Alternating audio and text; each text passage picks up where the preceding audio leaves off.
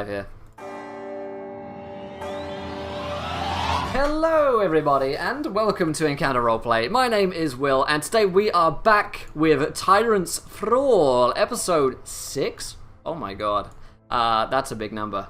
Over 5 at the very least. And yeah, we're playing some more Dungeons and Dragons today as we're starting another rebellion. Yay! Just what we needed. So let's go around the cast and crew. Let's find out who we are, who we're playing, all that good nonsense. And let's start with our fantastic dungeon master for the day, Louise. How's it going, Louise? Hello, I'm doing wonderful today. How are you? I am fantastic. I am going to eat some cake. It's a good day. That is a good day. Yeah. That is a great day, really. I've also made one of my players in the last game cut out the tongue of a Turkish guy and try and put it in another PC's mouth. I saw. What could go better? I saw, and you know what? I'm proud. Thanks. I'm proud of you. Yeah. That sounds like a great day. Yeah. Wow. Wow, great. Fantastic. Let's go around our cast and crew of players and figure out who we are, who we're playing. So we have Not So Speedruns returning today to reprise his role as Tyrants. How's it going, Speedy? It's going well. I just got back from a 6-hour car drive and rushed on to turn on my computer, and I am ready to play. Yeesh. I think. Should probably have Roll20 open. That's a good idea. If you guys are interested in seeing more about our characters, class, race, all that stuff, !sheets is the best place to find that. Let's go to Torschool, reprising his role tonight as Flinrick. How's it going, Torschool? Pretty good. I'm reprising my role as Flinrick, and really I'm just tuned in to see if I can watch Josh's ear fall off of the side of his head during the broadcast. Fantastic. And of course, we have the indefatigable Encounter Josh back today playing Artie. How's it going, Josh? Not so good. Not good. No, I didn't feel great yesterday, and then I don't know if in character eating opium raw has affected my real life, but I feel about as shit as I imagine you would if you'd done something so stupid. I've got like an ear infection, my voice is intermittent. I just feel like a bag of crap. But when my friend said, "Why are you still streaming tonight?" I said, "Because it's Titans." It's Titles Thrall. That's tomorrow's game. Wayward Tides. It's Tyrants. It's Tyrants Thrall, and I mean, how can you not love Tyrants Thrall? Everyone's life in it is shitter than yours. Yeah, and it just gives you hope. Very cathartic experience, really, isn't it? Yeah, if your life is shit, don't worry. You can roleplay an even shitter one, where your family are in constant danger and there's doppelgangers everywhere. But I digress. Let's do a bit of a recap as to what happened previously. Also, in terms of viewer decisions, you guys know how to affect the game. Follow, retweet, subscribe. You can find all those things there, and we'll get that going. And Josh will get a... well, in fact, everyone gets an advantage to make Josh feel better. Thank you, Winslow. I appreciate that. So, yeah, let's hand over to Louise. How do you want to do this recap, Louise? Thank you. Yeah, well, just the pitied advantage. This is as well. This is going to be our penultimate episode. We have this and one more episode left until we reach the end of our adventure together here at Tyrants Thrall. Because sadly, I can't be here for the 8th, so we are cutting it short, cutting it simple, and it's going to be great, and I can't wait. But for a quick recap, we'll explain what we did last session. So in this campaign, the party are trying to face off against, well, these tyrants, basically, these 4 leaders that took over after a successful revolution. And a whole heap of things happened, which probably would take me about 2 hours to explain because a lot went down this campaign. But last episode, our good friend Artie, who isn't feeling too well today, followed a lead and found that his best friend had located this stash that contained a lot of money, a crown, and a signet ring, and also found Polly, a good friend of his and daughter of one Kerosene, who is also a member of this party. After knocking his best friend out and making Polly very anxious, he explained to her that he is actually the hidden secret prince of the kingdom that nobody had known about for his entire 14 years of life, and now his secret is somewhat out to the community, and she didn't necessarily take that news very well. So we can see how that goes for their relationship as well. Moving on from here, the party then also discovered that the Mendarian army were being imbued with this magical energy which was making them stronger, and perhaps, as Flinrick noted, was making them act strangely, making them be somewhat in the thrall, perhaps, if you will, of these tyrants. I mean, if you must say a clever thing like that, yes, of course. But the party broke into the embassy in an attempt to spike the water with water supply of holy water to weaken this effect so that they could have somewhat more of a chance of defeating this and of rising again. And in doing so, they discovered one of the leaders, Tarion, working on something in a forge, and attempts to get him to move proved unsuccessful, which is when a quite large fight ensued. At the ending this fight, which we are still in the middle of, Tarion took the elective decision to plunge his arm into the forge, and that's where we cut off. We didn't see much else. What else we do know is that the temple, where our good dear friends and family, many of which, in fact, there's a lot of people in this temple, is somewhat, unfortunately, ablaze right now, which the party are not quite aware of, but I'm sure they'll be glad to find out when that unfurls. And that's the recap. That's Tyrants Thrall. All right. So a lot's gone down. Yeah. All right. Well, that's worrying. So let's dive back into it as we play episode 6 of Tyrants Thrall. I'm all worried now as in Call of Cthulhu. Yeah. Okay. Good. I'm ready. So, you ready? Everyone settled down comfortably. Yeah, remind us. And I was going to say, and we jump right back into combat, right? We're like mid-combat, right? Nice. There we go. So remind us exactly where we left off last week, because it has been 7 days. Yeah, we left off very much in the middle of combat. I have the initiative order up here as well, so I don't need to worry about that. But you were facing off alone against Tarion. Flinrick had surrounded yourselves with a barrier of silence so that nobody else in the embassy would be able to hear you or hear his screams. And that proved somewhat successful. However, he did seem to be looking a little bit worse for wear when he, as I said, made that decision to plunge his arm into the forge behind him. And that's very much where we left off. We didn't see what happened after that. We didn't see what effect that has on him. And we will see what effect that will have on the party as we continue. Well, I might have repeatedly so is it someone's turn or his? Yeah. Yes, and Artie did repeatedly burn the poor man with some very interesting and very exciting patterns, which were very familiar to the party as the patterns that were imbuing this magical energy that was surrounding the city itself. Just a lot of mystery and intrigue. Tyrants Thrall. All right, so are we in a turn order? We are, and it is Tarion's turn here, and you did, and everybody dies. The end. Thank you all for coming out. I will see you next week. So you see and watch in almost horror as this large, bulky, elderly man sticks his hand into the flaming forge. He makes a movement as if to scream, but because of this barrier of silence, he is unable to get any words out, and that seems almost more painful. You begin to see the burns rippling up his forearm, and as he retracts in pain, in agony, you see holding in his grip on his palm, there is a weapon, some form of blade. The item is glowing slightly and seemingly is undamaged by the forge. And that would be his entire turn, because that is a lot to do for a man. And so moving on from there, Karazim, watching this man do that, what's your first response? I'm gonna hit him. Dude, what the hell is wrong with you? We are fighting him, right? Yeah, this is fine. This is acceptable. Yes. A murderless man. Fine. And I'm gonna give him a big old hit. Let's see that big old hit. Let's do it. I believe in myself. I rolled a natural 20. How do you like that? That is what belief does to you, That ladies is and gentlemen. faith right there. That is favor right there. That's a definite hit. So roll me your critical damage. Like it. I shall do.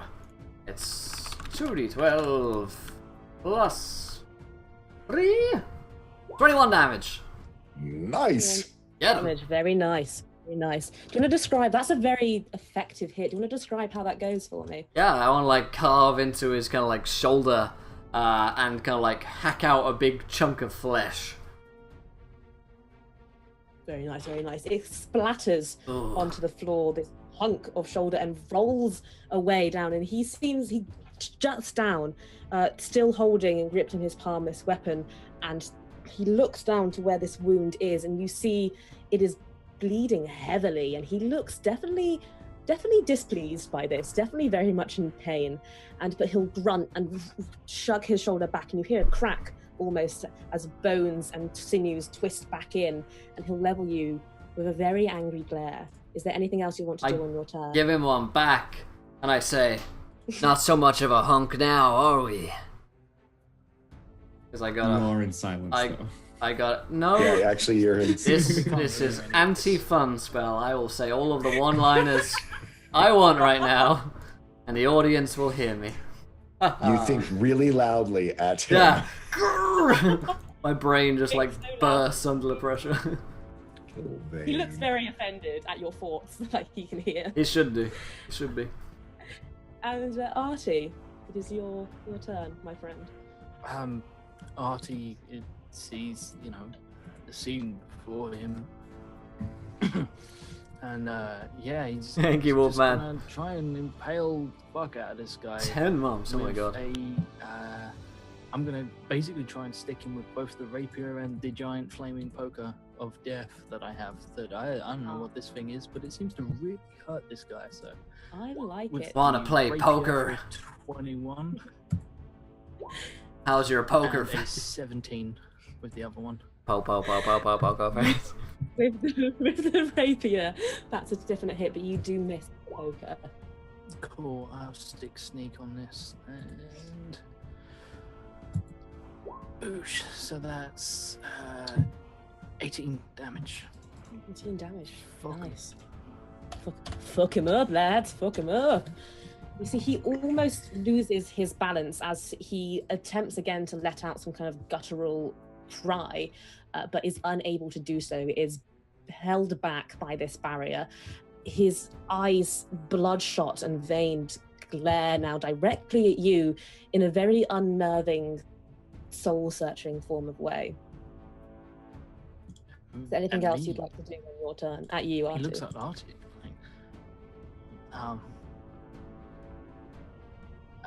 No, I wouldn't actually, as a bonus action, can I just instantly kill him? Because fuck this guy. If you Yes! want That's to actually a do that- free action. Yeah. Free Yeah, action. just- Free and action. he's dead. And I've been no, waiting for that's- you guys to ask that all this time. This could have been over so long. Yeah, what rookies? Not even using a free Says in the action. player's handbook you can kill. Yeah, I I'm asked gonna. the Perkins himself, and he said, "Yeah, just say it, and it's done." Yeah, exactly. Why are you faffing around rolling dice? So yeah, I'm just gonna sort of like kill him, and then I yell something with an urgent look on my face to Karazim. But he doesn't. I do look it urgently because- back. Silently. We look longingly at each other. Finrick, it's your turn. Yeah, I'm gonna hit him with my red knight's mace. See if we can hit this guy. Let's see that 2 hit. double nat ones. Wow, you Owie. do not get that guy. You make a sizable dent in the wall, which is I'm going to use Wait, my dent? It is it? No, Oh. I can't. I'm so triggered. You hit me and I I'm- turn into dent. since I am a war cleric, I am going to use my extra attack, which I can do. I'm gonna use one of my extra attacks to try to hit him again, not 'Cause hit the fuck wall, that because it wall. pisses me off. that 22. You managed to reel back from the wall, who he's suffered enough. The wall has suffered enough from your rage, and the 22 will Fuck that definitely hit. wall. And that is a 12 bludgeoning damage. Whereabouts are you trying to hit our dear companion? I'm hitting him on that burnt to hell arm that's holding this crazy sword, because I'm thinking that I don't want to see him be able to use that thing. So I'm all about trying to, fuck up that arm. And you do break that fuck arm. up that arm. You hear, well, you don't hear, but you watch as you. You have a hammer? Is that right? It's my red knight's mace. It's basically the head of the mace is a red knight chess piece, which is the symbol of the red knight, which is my god, Cool. my deity. So you watch as that impacts, makes contact with his flesh, and you see the bones that were visible from the burnt out flesh crack and move backwards and break. He still somehow manages to hold his sword aloft. You know when you hit a baseball really, really hard with a baseball bat and you feel like reverberation down the... I You just hear that? felt like what... It's like that with bone, just... Oh. And I will follow up with my... bent the wrong way, but he's still holding the sword. Yeah, I'll follow it up with my bonus action using my spiritual weapon, which is another at one. Oh my god!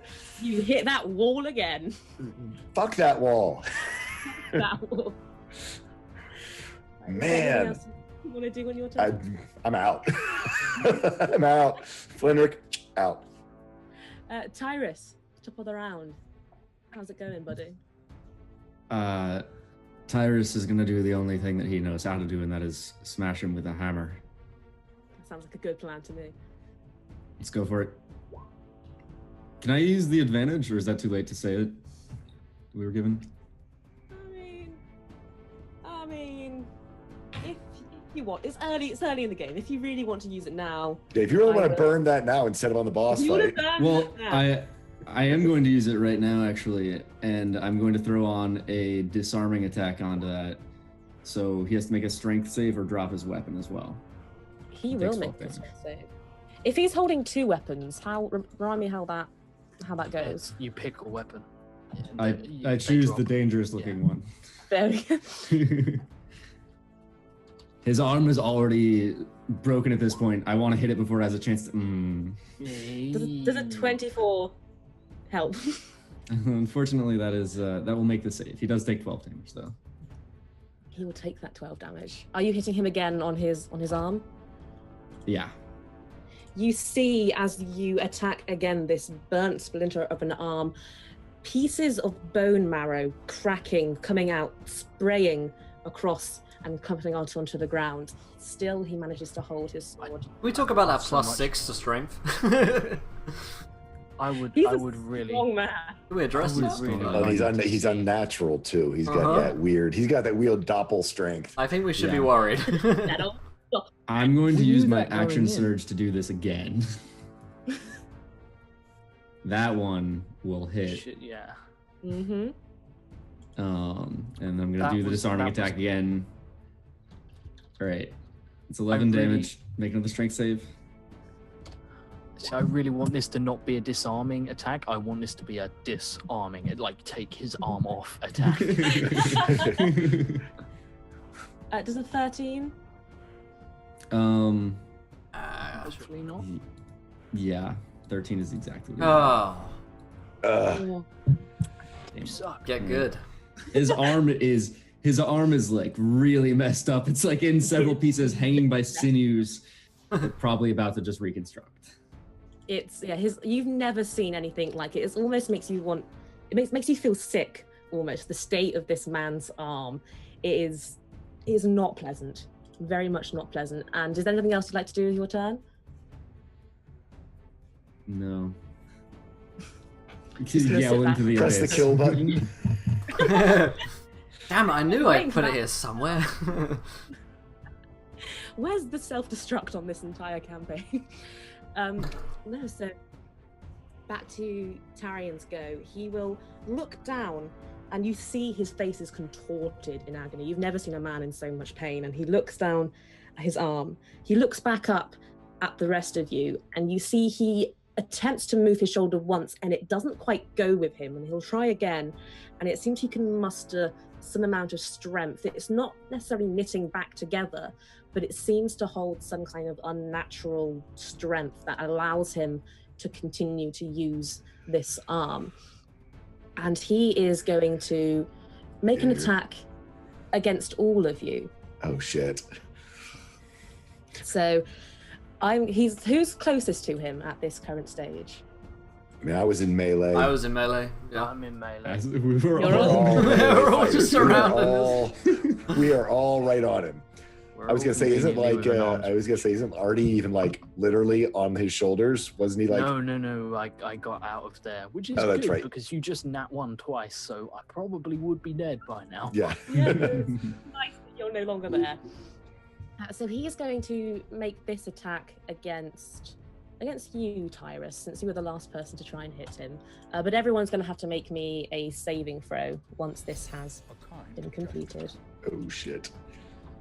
Hey, thanks so much, It's Julie. fine. It's nothing to worry about, you know. It's fine. You shouldn't be worried. Okay, Judah donates £13. Happy birthday, Will. Nat 20 in a roll on the Warwick's Magic Item table for Karazim. It's actually my birthday on Thursday, but we won't be playing Game, so I appreciate it, Judah. Thank you, my man. Awesome. Oh, I rolled that wrong. That's fine. You want me to roll? Sorry, what was the saving throw? It's hang on one moment. A natural one. He does not hit you, Tyrus. He swings round with this arm, and as it goes through, you watch as the sinews that were connecting his flesh together tear and rip, and his arm flings off with the rest of Into the the sword. wall. Into the wall. Oh, See, no. I got the. See, the wall was important. And now, yeah, exactly. And now you've made a hole in the wall. It's the other side of the wall, so we can't get to the hat. It's all flawlessly planned out. With Yes, such it was my tact. plan all along. Brilliant. Strategy.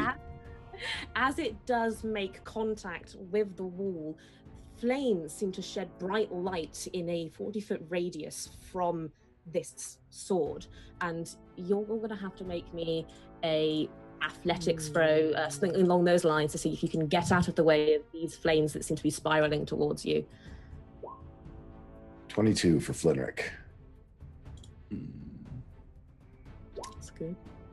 So 14. Can I go with a strength save? I mean, no. You can't strength against fire, I'm afraid. Okay. Just flex it out. Yeah, flex at Roll it athletics. and intimidate 18. It's fine. We're all fine. Except maybe Josh. it. It's Yeah. all right. It depends. We'll see. That seems like a I've got kind of loads of powerful health. magical weapon.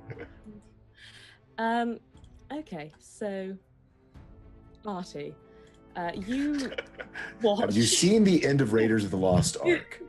Have you ever seen He's 14, of course he hasn't. You watch as your companions seem to scatter, getting out of the way of the flames that seem to radiate off of this sword. You, however, seemingly either true by what you've seen today, whatever is on your mind, you don't manage to get out of the way in time, and so you're gonna take just a little bit of damage. It's like no big deal. I hate you, Louise. It's fine. You did Oh, no damage. yeah. So you take 8 flame damage as those flames seem to spiral and lick towards you. Ouch. That doesn't sound like fun.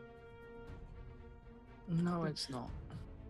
And with that, that's going to be the end of Tarian's go. He definitely looks very angry now that he no longer has an arm and his weapon is across the room.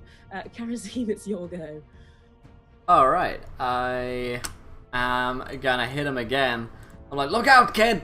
And I will try and smack him with my big weapon for a nat 20? Not I mean- quite. It's getting there, but Good. No, Alright, I'm gonna save my nat 20 actually, yeah. Can I use my advantage on this? yeah, certainly. Alright, I'll throw my advantage to get a 15. Still not enough, I'm afraid. Damn it! Very sorry. Very sorry. You'll be glad to know that you don't hit the wall though. That the wall is spared. So there's That's at good. least that. I got the wall. Is there anything else you'd like to do in your turn? No, I believe I'm already raging, so yeah, I'm good. Artie, it's your turn, buddy. Cool. So Artie is currently on the floor, and burnt quite severely. His left arm is pretty horrendously charred, and he's sort of patting it out. He's missing, a tiny bit of eyebrow, and now has that douchebag half-shaved head kind of thing going on. He stands up, and he's going to use his movement to try and spear this guy into the forge. So I'm literally going to try and run over to him, stab him through the gut, and push him back into the forge. Because fuck him. I like it. I see that roll. I'm gonna use my advantage because why not? Fuck him. Fuck him. Indeed. So 25. Oh, one off a nat 20. But a 25, 6 damage. You can add damage to that, can't you? Yeah, 8. Yeah. So, describe to me, Artie, if you will, if you'd like, pushing this fully grown man into the forge. Would you like to explain to me how this kills him? So, what the forge is just like a normal sort of. Is it like set to the wall or something, or is it just a big open? It's just it's big and open. It's an open forge. Okay, cool. So Artie sort of runs over, stabs him in the chest, and can't get the rapier to run through him like he was expecting, just because of how tough this guy is. He just pushes him back, and then as he gets up real close, knees him as hard as he can in the bollocks with his sneak attack, and taking him off guard, sort of pushes him back, so his upper torso is in the flames, and he just grasps around, grabs this red hot poker that he was using, and he's going to just slide it through one of the rings that would secure a pot above a cauldron or something to heat metal in or anything like that. He slides it through one of the rings and through one of the other ones on the other side, so there is now a bar across his chest, and he can't actually lift himself out the flames, and then staggers back as this guy just bursts into flames. We'd imagine screaming, but who knows? It's very, very quiet. It's a very quiet, the peaceful death. He looks almost happy. You see his skin begins to blacken and burn. Flakes of his flesh seem to drop down into the forge below. It's based on how injured he was. It is not long before the flames engulf his entire body, and you can see Tarian Lennings no more. Or what was Tarian Lennings, at the very least. What you can't see, because of the fire, because of the flames, is if his form changes. Oh dear. Right. But if his I suppose all of him's on fire. Yeah. Well, his arm is off and in the wall. That is the greatest thing in the world. Good point. Go see it. Go take a look at his hand. He's still alive. The rest of his body Yeah. across. Parts of the God, Caribbean. I want to even look at that sword weapon thing he had too. That blade. Let's like not it's the touch Addams that or family. be within 5 miles of that, please. That hurt. If you were to turn to see the I think we should. the forgotten arm of Tarian Lennings, there's not that much of it left, but from what you can see, it does begin to distort and change, and the shape seems to lengthen. The remaining fingers seem to grow out, fingernails seem to stretch out further. Yay. We did a thing and it was the right call. Congratulations. And that's where we end initiative, because things, our dear friend is very You were going to much. say that's where we end the show. Yeah, we'll see you next time, folks. Flinerick would like to see if he can find like a pair of tongs or something and quench this blade that he pulled out of the forge, just to kind of get an idea of what it might be. Not touching it myself, using tongs and, to carry it over to, I assume there's a quenching bucket here or something. Yeah, you can definitely find both of those things very easily in this area. So yeah, and I and see what becomes of it. As you pull it back out of the quenching bucket, it looks very much relatively the same, but obviously a lot cooler. There seems to be a few etchings on the bottom of the blade and even on the steel itself, some of which you recognize to be the same symbols that you have seen throughout these last few moments here. The swirls, the symbols, the crow as well. Some of them you don't recognize, that you haven't seen before. I will take some of our holy water, and again, since this is a bucket, we've got this concentrated stuff we were going to throw in a well, a few drops of it into the bucket to make it a quenching bucket of holy water, and then put the blade back into it. You watch as you put the blade back into it, and seemingly, although it was already cool, it seems to steam and fizzle again, as if more unnatural heat is radiating now from it. The water around it begins to bubble and boil, and as you retract the sword, you see that some of the symbols have faded but not been removed. Can I possibly search the room? See if there's anything else going on in here. Yeah, certainly. You can give me a checkerado to see what you can see. Alright. Roll a 13. Roll a 13. On a 13, you do see to a nearby table there is a bag with what seems to be Tarian's belongings. You can look through them if you want. Yeah, or you can just leave it as it is and move along. I will see if Warwick has left me anything in this bag.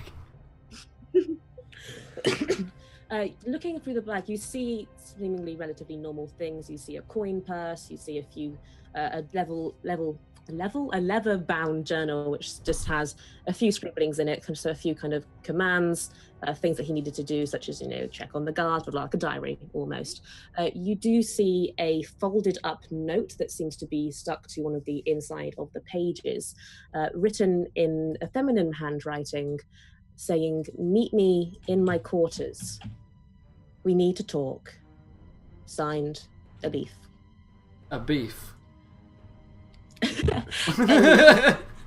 Oh, sorry. I genuinely heard a beef. I thought it was a different character. Okay, Signed a cow. A cow. It doesn't say a beef, it's literally just a hoof print. It's just a slab of beef. What can I say? What can I say? The stakes have never been higher. My God. Actually, we've got this. How would a cow be able to write anything? They don't have fingers and they lack toes. It's terrible. That is terrible. I hate lactose.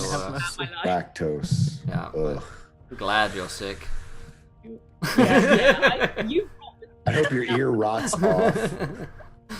I hope you never It get makes that. you feel any better. Is- Laughing genuinely hurts. So I hope it. Yeah. Okay. I'm actually going to take the time and use the spot. Oh wait, I think I can do this as a ritual, can't I? Add a character question: is the Warwick item the cube thingy in there, or is that elsewhere? Will wants to play with The a cube. that you got from your thing, you can definitely find that cube in there. Do you want to Okay. explain to our lovely audience what this cube is? So Judah donated for the cube of force. It's about an inch across. Each face has a distinct marking on it that can be pressed. The cube starts with 36 charges, and it regains 1d20 expended charges daily at dawn. You can use an action to press one of the cube's faces, expending a number of charges based on the chosen face. I'll link you guys as well here.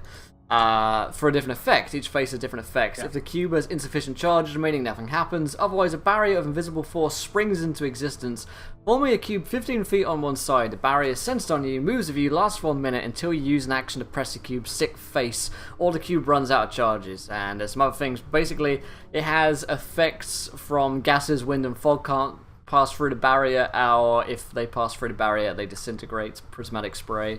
There's a bunch of cool shit that this thing has. Nice. Yeah. Thank you, Judah. I'm going to take the time and do a detect evil on the blade to see if it is now possibly usable by one of us, because it seems like it's a pretty powerful thing, but I don't want anyone to get like cursed by it. Yeah, give me a. It's you don't automatic thing, isn't it? yeah, it's check. pretty much you. I take the time to cast it, and then it's it. I can read it out to you. Give me a second. For the duration, you know if there's any aberration, celestial, enemy, fey, undead with the fee, as well as whether a creature is located. Some of you know if there's a place or object within 30 of you that has been magically consecrated or desecrated. This spell can penetrate most barriers, blocked by 1 foot of stone. So I'm trying to see if this blade is desecrated or evil anymore, or if it's holy water bath, maybe cleansed it. You sense that there is some underlying evilness to it. Nothing as potent as what you imagine it once had. There definitely still seems to be some lingering effect. You don't know if it's strong enough to have any effect on you if you were to use it, though. But there is something still there, but it's weak. Guys, have you seen this note? I'll turn it, show it towards the group. Remind me what it says. We have something to talk about. A beef. Meet me in my private chamber. About dinner. So just remind me, Aleth is the one that we know is alive, or is Aleth the person we found dead down in the cell? Aleth is the one you know is alive. She was the one that came. The baker's dozen and went off. Okay, cool. I'm gonna tell people, hey, it's powerful. This blade is powerful, but there's still residual evil within it. I'm not sure if it's worth the risk. I leave it to you if anyone wants to take the chance, but I will not. I think Artie looks at you and says, if it's evil, then surely it should be somewhere that we can look after it, make sure they don't just pick it up and... I think we bring it with us, but don't think someone should wield it. No. And he gestures to the fact that like half his arm is like just all the material, and his clothes are like melted, his armor is charred, and he's just like, that's not pleasant. Do we want to short rest, guys? I'm honestly would rather move. Yeah, I don't let me at least do my field triage to see if I can get you a little bit of healing on you without how bad are you? Meta. Meta. Out of 21, I'm on 12. Oh. 21. Then let's go ahead and let's. I was gonna say, unfortunately, let's go ahead and hit you with a cure wounds. I'm gonna cast a cure wounds on Artie. Okay. Where'd it go? Where are you? Oh, there it is. Friends. I like it. For 8 healing, and then I'll use my field triage, which can give him another 4. 1d4. So a total of 11 maxed. Healing. And maxed. I assume the 23 it allows the healing from the field triage. Yeah. I'm not that mean. I was like, wow, yeah. So he sort of like takes his arm out of like the intricate cobbled together armor, and sort of you work your magic, and he thanks you and says, what exactly is our next move? What Find a leaf, I guess. By the count, we have we're not done yet. We either have 1 or 2 more of these things to deal with. You also gotta see if a leaf's okay, I guess. Well, I'm worried that Aleth is... I don't think that we can trust that Aleth is not one of them. True. Well, I think we can be fairly certain of that. She did request Tarian's presence, though, and... Well, we have Artie here. If we needed someone to look like Tyrion, can you do that disguise as again? Dent. Oh god, not this Yeah. again. Okay, let's skip forward 2 hours where we've decided on a plan to infiltrate the irrigation systems. Yeah. I think we've got to assume that Aleth is one of them since she kind of betrayed us. I think she would have Yeah. stayed with us. Probably bad. We should kill her. Probably. Real quick. So What is it, he's the guy we Batman? just killed. Fuck off. Artie's like suddenly like hit puberty overnight. Yeah, he's having already. You'll start beginning to notice. As a cleric, I'll let you know you'll begin to notice subtle changes. You're a registered cleric. So, moving on from that traumatic conversation, the guy we just killed was he's an old war general, isn't he? Of the Old war King's Army. Right.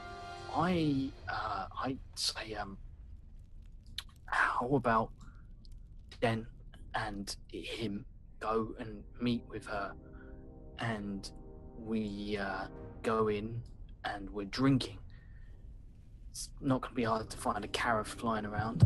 Go in drinking, offer her a drink, and see if she drinks it. We'll put holy water in it. If not, we just fucking splash her with it, whatever. But it would be interesting to see what happens if she consumes it. Because if she is one of them, this could be our test to see what happens when these things drink it. Because that's our plan, isn't it? This is the plan. Well, I think no matter what, we believe that even if it doesn't affect the leaders directly, it will certainly cut off one of their sources of power, which is the people that they kill. Yeah.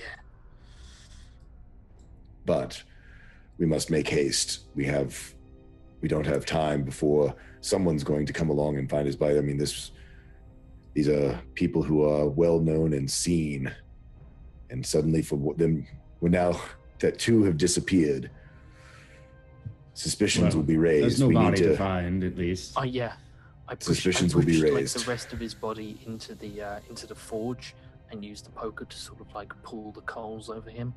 So he is kind of like, I makeshift bury him in the forge and then stoke the flames and just I say we get out of here then. And he's going to transform into Tyrion. Not Tyrion. Tyrion. Tyrion. Right? Yeah, I'm gonna say, okay, but let's be careful. This one kind of went a bit south this time around, so we know that they're. I guess we can use some of their tactics against them this time around. You know, maybe we don't all group together if she's got a big scary sword. Does fire stuff. I We don't know. need to take that with us. I kind of agree with that. I've got it in my pack. Yeah. No, I say I should carry it just for the meeting. Oh, sure. If I'm I'll take just her in into case she order. wants to, and I'll which way to Mordor? Left. Okay. Okay. I will wrap it sort of carefully, so I'm not actually holding the blade, and sort of carry it almost ceremonial in front of me, abreast and head out. In case all else fails, I mean, there's very little that story you could come up with of why myself and Karazim are with you. Perhaps you go first, we will follow behind, and while you are, we will take a quick detour if you will point out, Your Highness, the way to the well. But you don't know yet. Did we not? I thought we. Yes. No, you're right. We No, don't know yet. No, We don't know no, yet. no, no, no. That Believe was me me. just yelling at you, Josh, the bastard, not at. So yeah, I think. So, are you going to be there to back us up if need be? Well, I or want is to it back just you guys me? up, but I know that. I mean, there's no way. We need to grind silver. Actually, I tell you what. You that's guys right. start That's why the grinding whole reason we silver, were here was to grind Yeah, silver. Yeah, that's it. I knew we were here for a reason. Yeah, I was like, yeah, that's why we're here. So yeah, split the party? you guys do that, and let's split the party. It's Not like a grand idea. Why would we not? I like Every episode. Yeah, you guys can grind the silver, and I'll be Dent, he'll be Terry, and I'll get my grind on. Yep. So we're gonna go and raid wherever. Grind. Wherever, Yep. yes. A little bit of we're going to the smithy. It's the cool new bar. Feel the energy. You should see the pyrotechnics, man. They are something. Meanwhile, our It's families hot, are literally hot, on man. fire. Yeah, meanwhile, there's fire, but you don't know that, so that's fine. Yeah. Everything else is fine. You don't need to worry. Speaking of not needing to worry and everything being fine, we have a viewer decision to have. Oh, I'm worried. Your decision. Everything is fine and nothing is going wrong at all. The fire at the temple has been put out by sprinklers. Yeah. The irrigation city. The irrigation system saves everyone. MVP irrigation system. And as the temple burns down, all the holy water spills into the irrigation system. Oh, yeah. So, Louise, what do you want this one to be on? Yes, sorry. Okay, so viewer decision. We currently are inside of the embassy. Our party are about to go and meet Elith for a second time. What I want to know is. I probably potentially should have thought about this before putting it in. What I want to know. What is love? Sometimes I just speak and then the sentence comes. I was hoping that would happen and it hasn't, and now I'm like, well, okay, time for improv. Okay, so guys, we need to know. She's currently already in a meeting with someone, and we need to know who else will be present for this meeting. That's There you go, exactly Louise. what I was going to say. It's in your notes that you shared with me the other day. I can't believe you didn't remember that. So, in this Oh, well thought out question is, who is present at the meeting? Okay. Alright, underneath that, okay, we'll put a new line in chat for this one, seeing it took a while to do it. So, who is present at the meeting, my friends? Thank you. Alright. So in the meantime, you've got some silver to grind, lads. Yes. So actually, I think we need to go liberate some silver ornamental weaponry off of the walls and such. That's right. To grind it. Need to relieve some priests of their silver. Artie would know exactly where the most silver would be found. This is the greatest meeting ever so far, by the way. There is Captain America, Trump, and Polly. All of us. Literally for no reason. Polly just teleports around this game, I swear to God. This is what she does. She's the fourth doppelganger. Someone... Yeah, there we go. Oh, I love it. Someone has like a Squall. That's just Squall, isn't it? It's me. Portrait.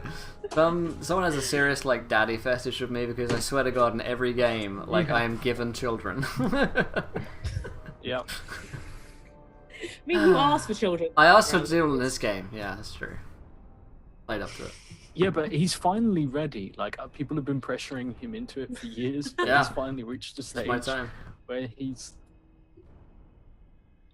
Oh gosh. Okay, So silver. Interestingly enough. Yeah. So silver. Artie, would you go directly to where you know the most silver to be, or are you going to play it cool?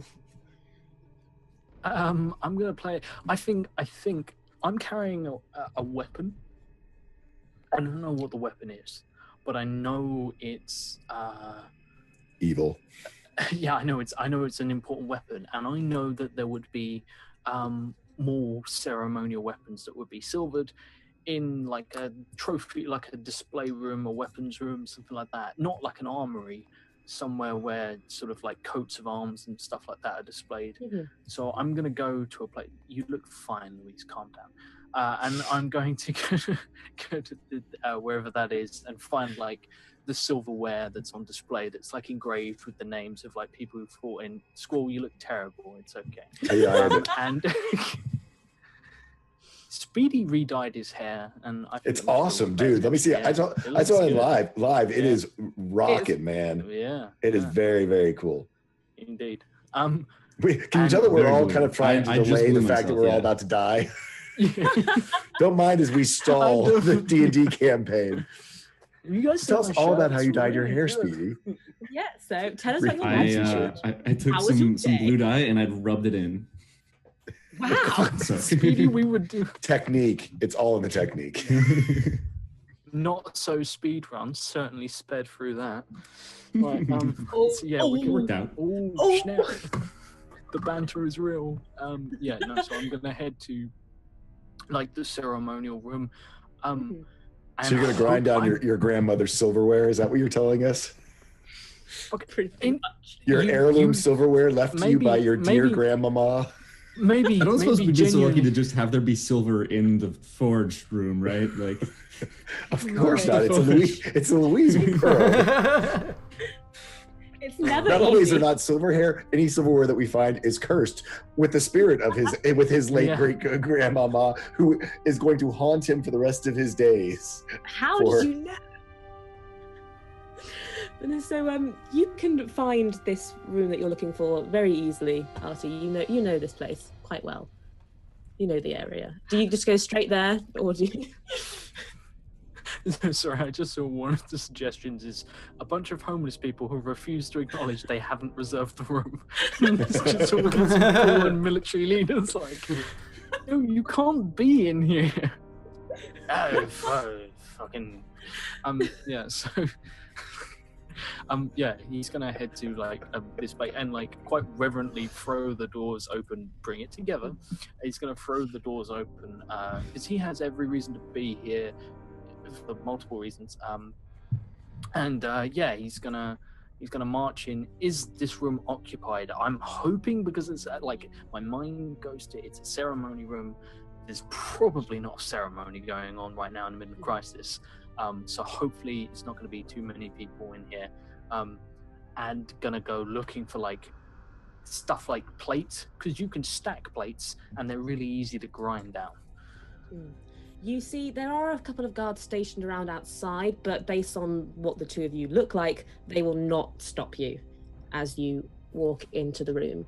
And as you do walk in, you are greeted with a sight that is lavish, that is almost beautiful. It seems as if this room was relatively untouched in an attempt to perhaps preserve the history of this place. There are heirlooms and artifacts from your family that date back generations that you would have expected to have been destroyed in the revolution, but seemingly in an attempt to reserve the history of the kingdom, they left it untarnished and untouched. There are silver swords decorating, hanging around the walls. There are caskets of silverware that is taking up the left side. And you see name plaques decorating certain areas. You see one for your father, Eobus Saran, next to a very beautiful silver weapon. You see one Vivian Saran next to a coat of arms where the swords that cross are silver. You see Elizabeth Saran, your sister, as well. Like he walks in and he's going to avoid he's gonna sort of like look at the plaques and he's going to try and he's going to turn to Den and just sort of like when they're out of sort of reach of people, he's going to say, you know, let's leave the plaques, things to do with history and stuff, you know. I mean, they had a reason for leaving them behind, but gaudy stuff like that, and he points to his he points to his father's sword, which is there, and he just shakes his head and says, "What's the point in this sword that just sits there on a rack, reminding everyone of a tyrant? People fucking starving out in that city."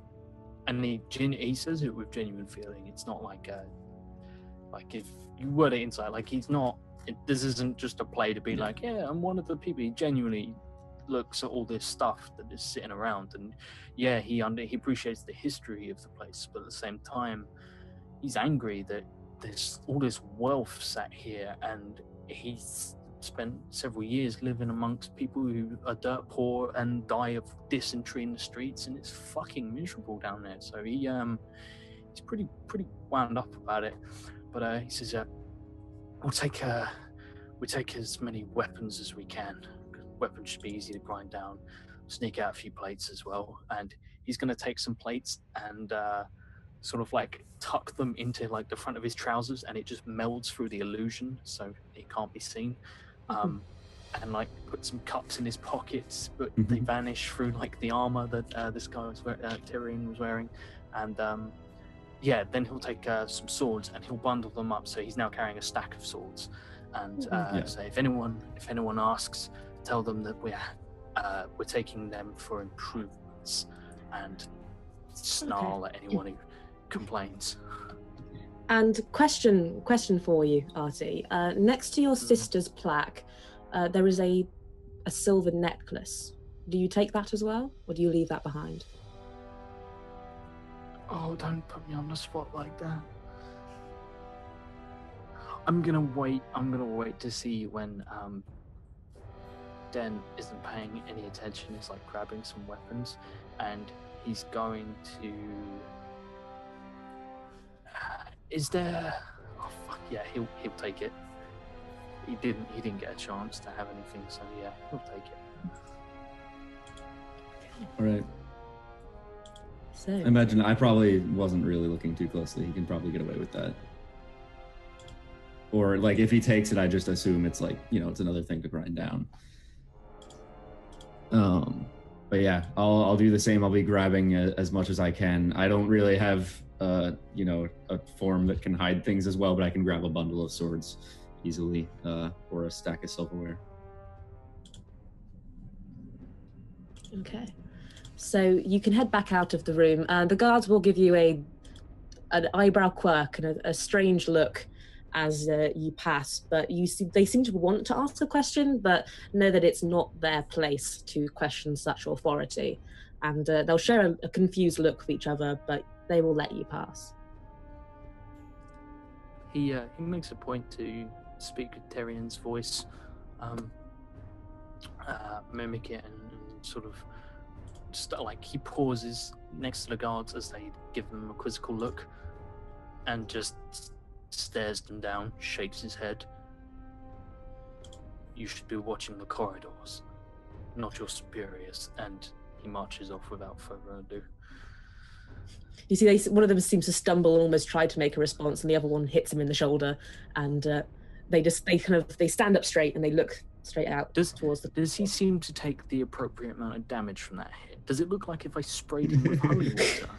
I'm the most paranoid man now. Is that a vicious mockery or something? Like. He looks a bit annoyed about being punched in the shoulder, but you can't tell anything other than that. Okay. So yeah, I'll meet up with the guys sort of like at the sort of the way down, I guess, to lead under where I've left the giant suspicious dragonborn and orc and half-orc, sorry, and I'll come over and sort of like with the weapons and probably like get some gaudy, terrible tapestry, just take it off the wall, wrap them all so you can carry all of them in a big bundle, but he doesn't give over the necklace. And he doesn't sort of make it obvious at all. It remains upon his person, and he hands it over and to probably to Karazim and just says, "Be quick. I don't know how long this is gonna last. Or, well, yeah." I nod. Okay. Among the silver things that we gathered, was there by chance were the weapons like purely decoration, or did any of them seem like they might be combat worthy? They were purely decoration. Some of them would make excellent letter openers, but okay, they were decorative. Fair enough. Okay. And our You character. leave them the silver stuff. Yeah. Get grinding. Yep. We'll Time to get on our deal grind. with the elite. All right. If you need help, do the bird thing. Okay, Aye. so just so I know, who is grinding, who is not grinding, Very damn who's grinding. doing what? I get on Grinder. I go. Every day in grind. Yeah. Rick and Karazim are grinding because there's no reason why we would be joining them to Elith. But as soon as we're done, we're gonna spike the water and head that way, regardless. Yeah. Grinding. Or we're gonna feel a bird. We're gonna get poked in the eye by a bird. Yeah. Mm-hmm. Yes. Are you gonna put up that silence spell in the area while you do this? I figure sound of grinding from a forge isn't that big of a deal. I just I don't want people hearing me grinding, man. I will sort of put the bird on your shoulder. Can't silence the mad beats, man. Boots cats. So as you grind away for a while, getting all the silver down, a few patrols of guards will pass.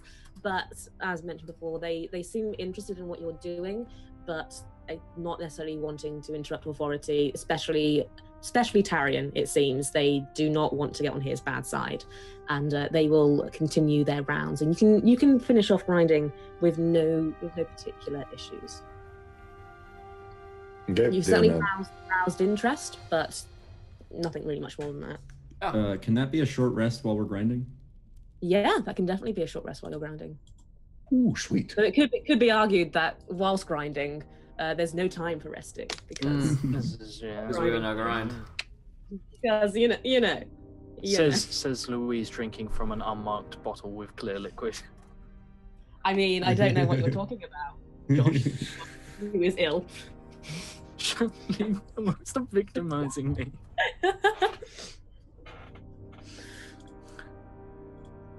Don't mind me. Don't mind me, just healing up. Okay, right. so you can take that short rest as you are grinding, and then it's completely up to you where you'd go from there. I think Elith, right? Well, we spike the well if it's on the way, and Elith.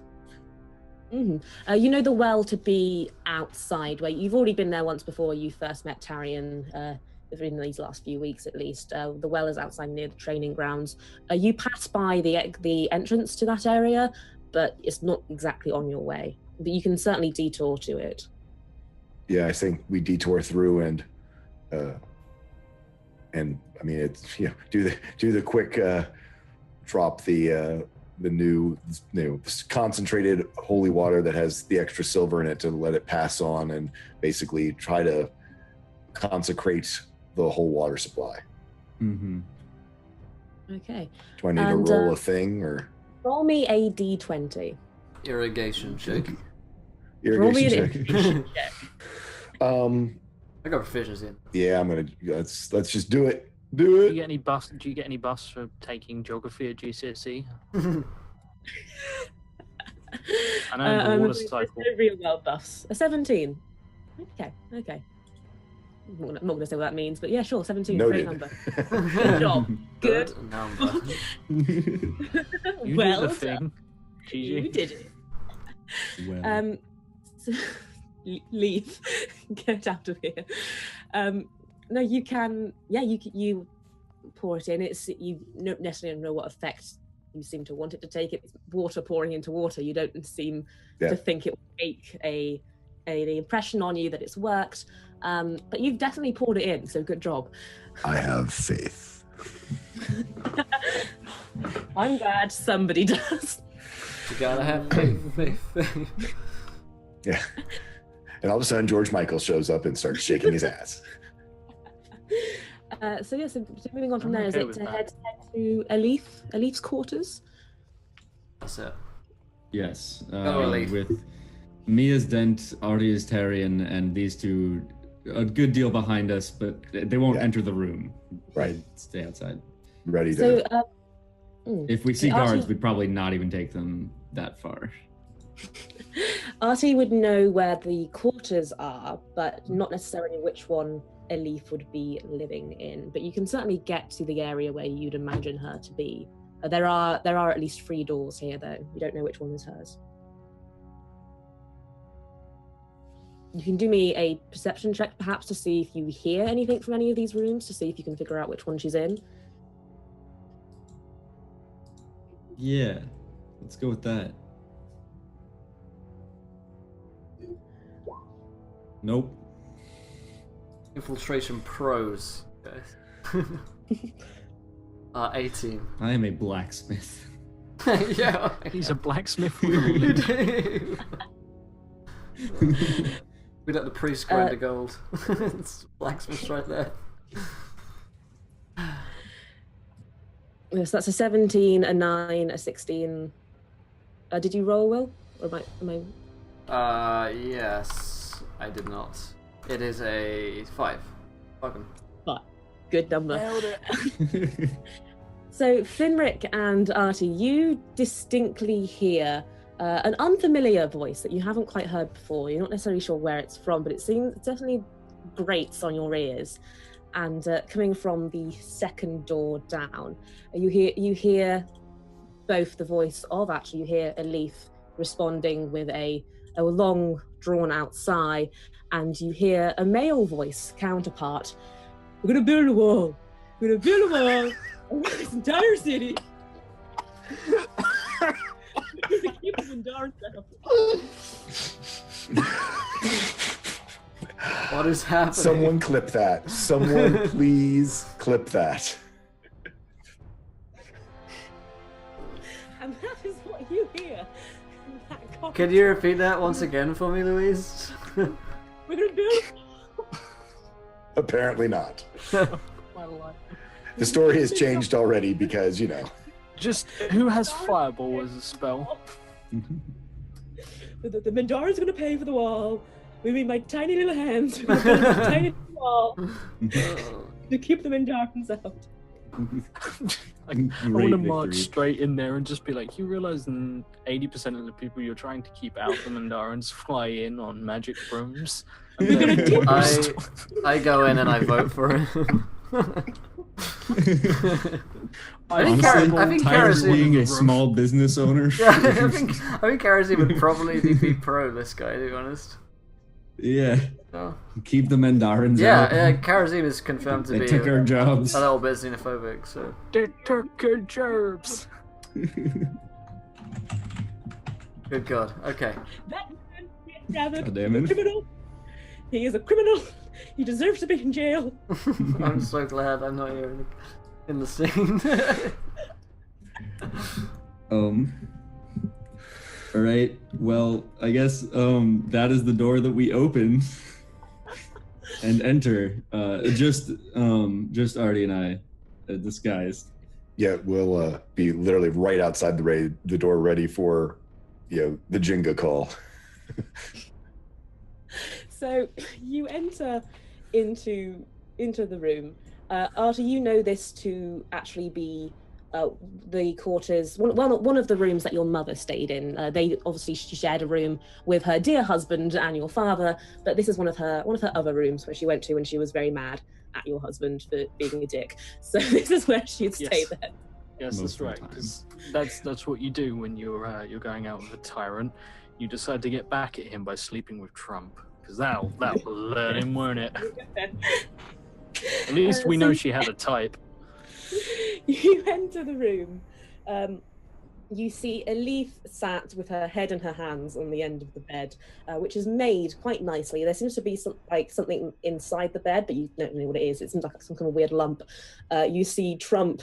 You see someone that looks like he might be called Trump, pacing up and down. He's quite a small, pudgy man. He has very, very small hands, and he's wearing what is very clearly a blonde wig. Just like he's pacing, and then he gets to the end of his pace, he turns dramatically, but his hair stays facing the other direction. It just spins on his head as he marches back. So that's what you see, and they both look up as you enter. And as our new companion sees you, Tyrus/Dent, his tiny little eyes narrow.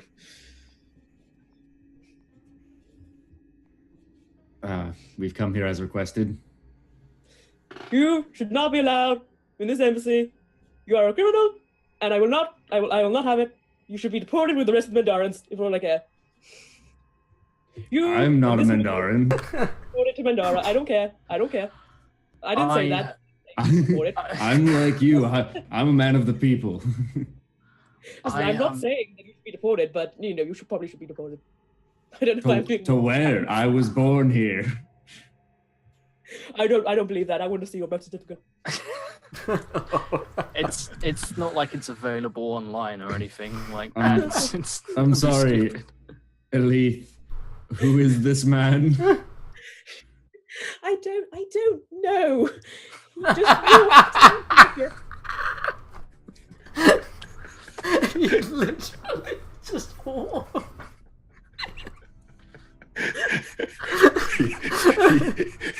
He's trying to convince you that he reserved the room. He's one of the homeless men. There's people who said he's convinced he reserved the room. He was here. He's still here from the ball. He's like, I had a room overnight. I put down the weapon that I had the most delicious chocolate cake at the ball. I put down the sword and I look to him and I'm just like, I remember you. You're a gentleman who tried to open up a small chain of hotels in town, didn't you? Yes, I did. A very successful chain. It was a very successful chain of hotels. The best chain. I have the best hotels. Okay, right. So I stayed there once. It was nice. We need the room. This is a private meeting. I booked this place. I booked this room. Why is he Mr. Crab? You... Why has he got crab hands? Elith, do you want this man gone, Elith? Yes, I do. Please, you can. I stab him through the heart. I don't care if it ruins the campaign. I do it for everyone. But for you people out there, I run this demonic sword through his chest and hopefully he can be killed by his own power. I can't anymore. Oh my god! Can this be how we bring in Will's wild magic surge? Can he try and make it deal with? So my oh yes. But my wild magic surge was I am unable to enter into infernal pacts. So you can't vote for him.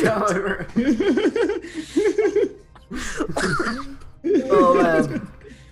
Oh, Josh, like a bad your deal. head's gonna explode. I feel genuinely bad for you because I know when it hurts to laugh and you just can't stop. Winslow, we noted earlier, and he says crit success to anyone who attacks this guy. So...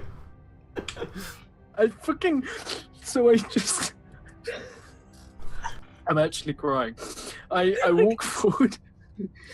I walk forward and I see him.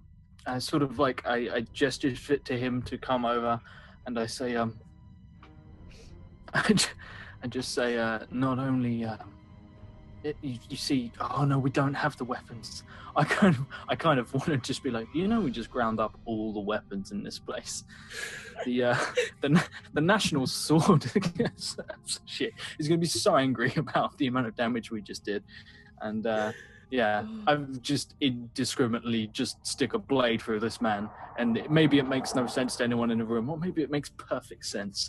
As whatever this demonic sword is, I run him through, and then I just want to slap him in the face and hopefully knock his stupid hair off. It's a nat 20. So It's a nat 20. make me just roll. Just roll me an attack. Killing trap. All right. Okay.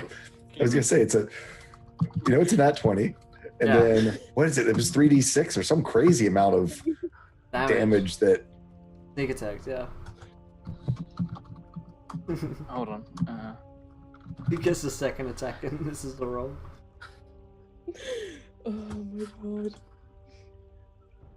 Yeah, imagine if the stream just cut to black and never came back. Like Anonymous had gotten us, or like FBI have shut us down. FBI are watching.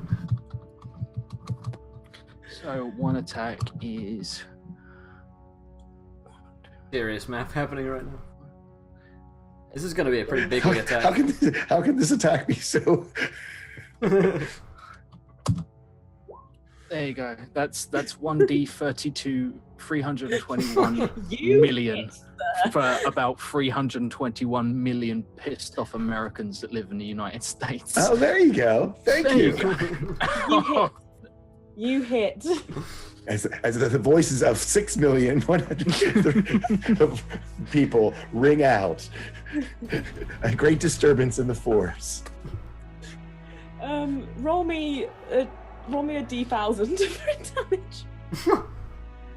For Trump damage. Impressive. The best damage. The best damage. I'm terrified that it will be low. I was really worried it would be like 1. One, yeah. No. There was still that possibility. You watch, you impale him with this demonic sword, and he just disintegrates around you. From nowhere, a national anthem that you've never heard begins to play softly and sorrowfully. A bald eagle flies by the window near you, a single tear falling from its face as it is now free, and it soars into the distance. This is the anthem played by Kid Rock. All that is left when you pull out the sword is a slightly charred blonde toupee. That runs to the corner. Kill it! It's like Kill it with fire! It was the toupee all along. It was the toupee all It's the along. doppelganger He's toupee. controlling this It's a empty mimic. husk of man. Face hugger It's like running that- across the floor. It's like the bit in the Thing where they cut a bit off of it and it like spawns legs and crawls up the wall. Like kill it with fire. Oh, so yeah, he's dead. He is a dead man. Congratulations, everybody. I like It's like and we all just sort of look at each other and look at Elise and make sure there's like and peace breaks out. Yeah, and then and That's it. we knew as if nothing happened. Yes. Yeah. All right. I really- So that happened. Yeah, Gareth was the first one to notice that you asked me to roll a D1000 and I rolled 5,897. Because that's the way it works.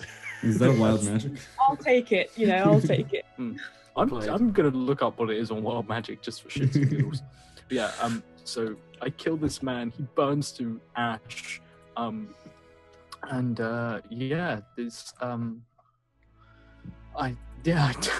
turn back to the scene and I'm like, well, that was traumatic, and I pour a carafe of clear liquid into a goblet, pour one for Dent, and then pour one for her and say, it's certainly been an interesting day. A toast to get us through the rest of this next phase of the plan. And he drinks deeply. She will toast and she will drink with you. And Cool. are She you drank holy watching? water. Are you watching for anything as she drinks? Yeah. I'm watching for her head to explode. Give me a what? No, if I say wild magic, well, you do have to roll me a wild There magic. is a but wild give me magic. a God, From fucking Winslow, hell. yeah. give me a perception to see what you can take in about our dear foreign friend. I rolled a 349 for my perception, and now I will roll my wild magic. Actually, low number on wild magic could be a good thing. It's a good thing. Normally. There are like whole regions of the wild magic table which are terrible, and then there That's are true. a few that are This really one's nice. interesting. Caster adopts bizarre rituals concerning the preparation of food. Okay. Okay. Okay. It's you know what it is. You like roasted my- doppelganger it's- over it's- a No. forge. It's my croissant recipe. Is Oh, just it's the croissants. bizarre. I was Of gonna course. say it's pineapple on pizza, but okay, that works too. Pineapple pizza croissant. There Croissant. we There you go. There we go. There we go. I don't know. Doppelganger roasting over an open fire. Yes, Donald Trump now nipping it's at your nose. something- It's like a holiday season.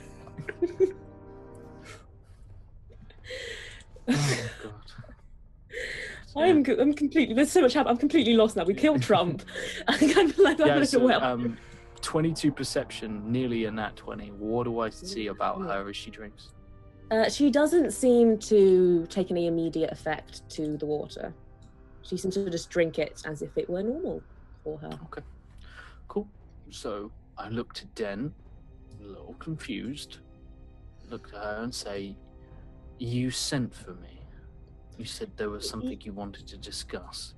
Yes, and as I recall, I sent for just you, Tarian.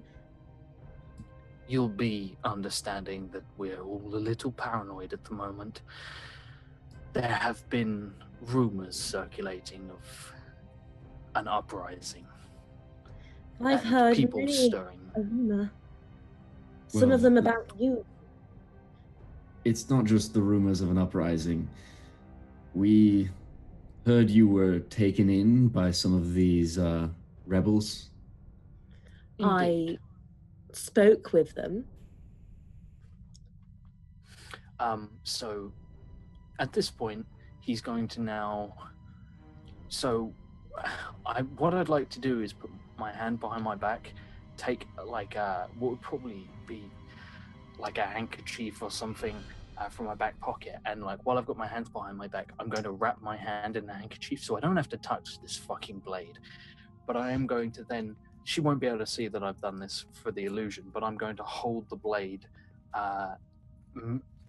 not like in her face, but it's quite clearly drawn, and just say, "We've heard quite a few interesting things about your recent expedition into the lower quadrant, the lower quarter, and some of the people you've been keeping company with. What exactly was the nature of your conversation?" She'll kind of scoot back on the bed almost. She'll be like, now let's not get hasty. Here we are in this together. Remember, Tarian.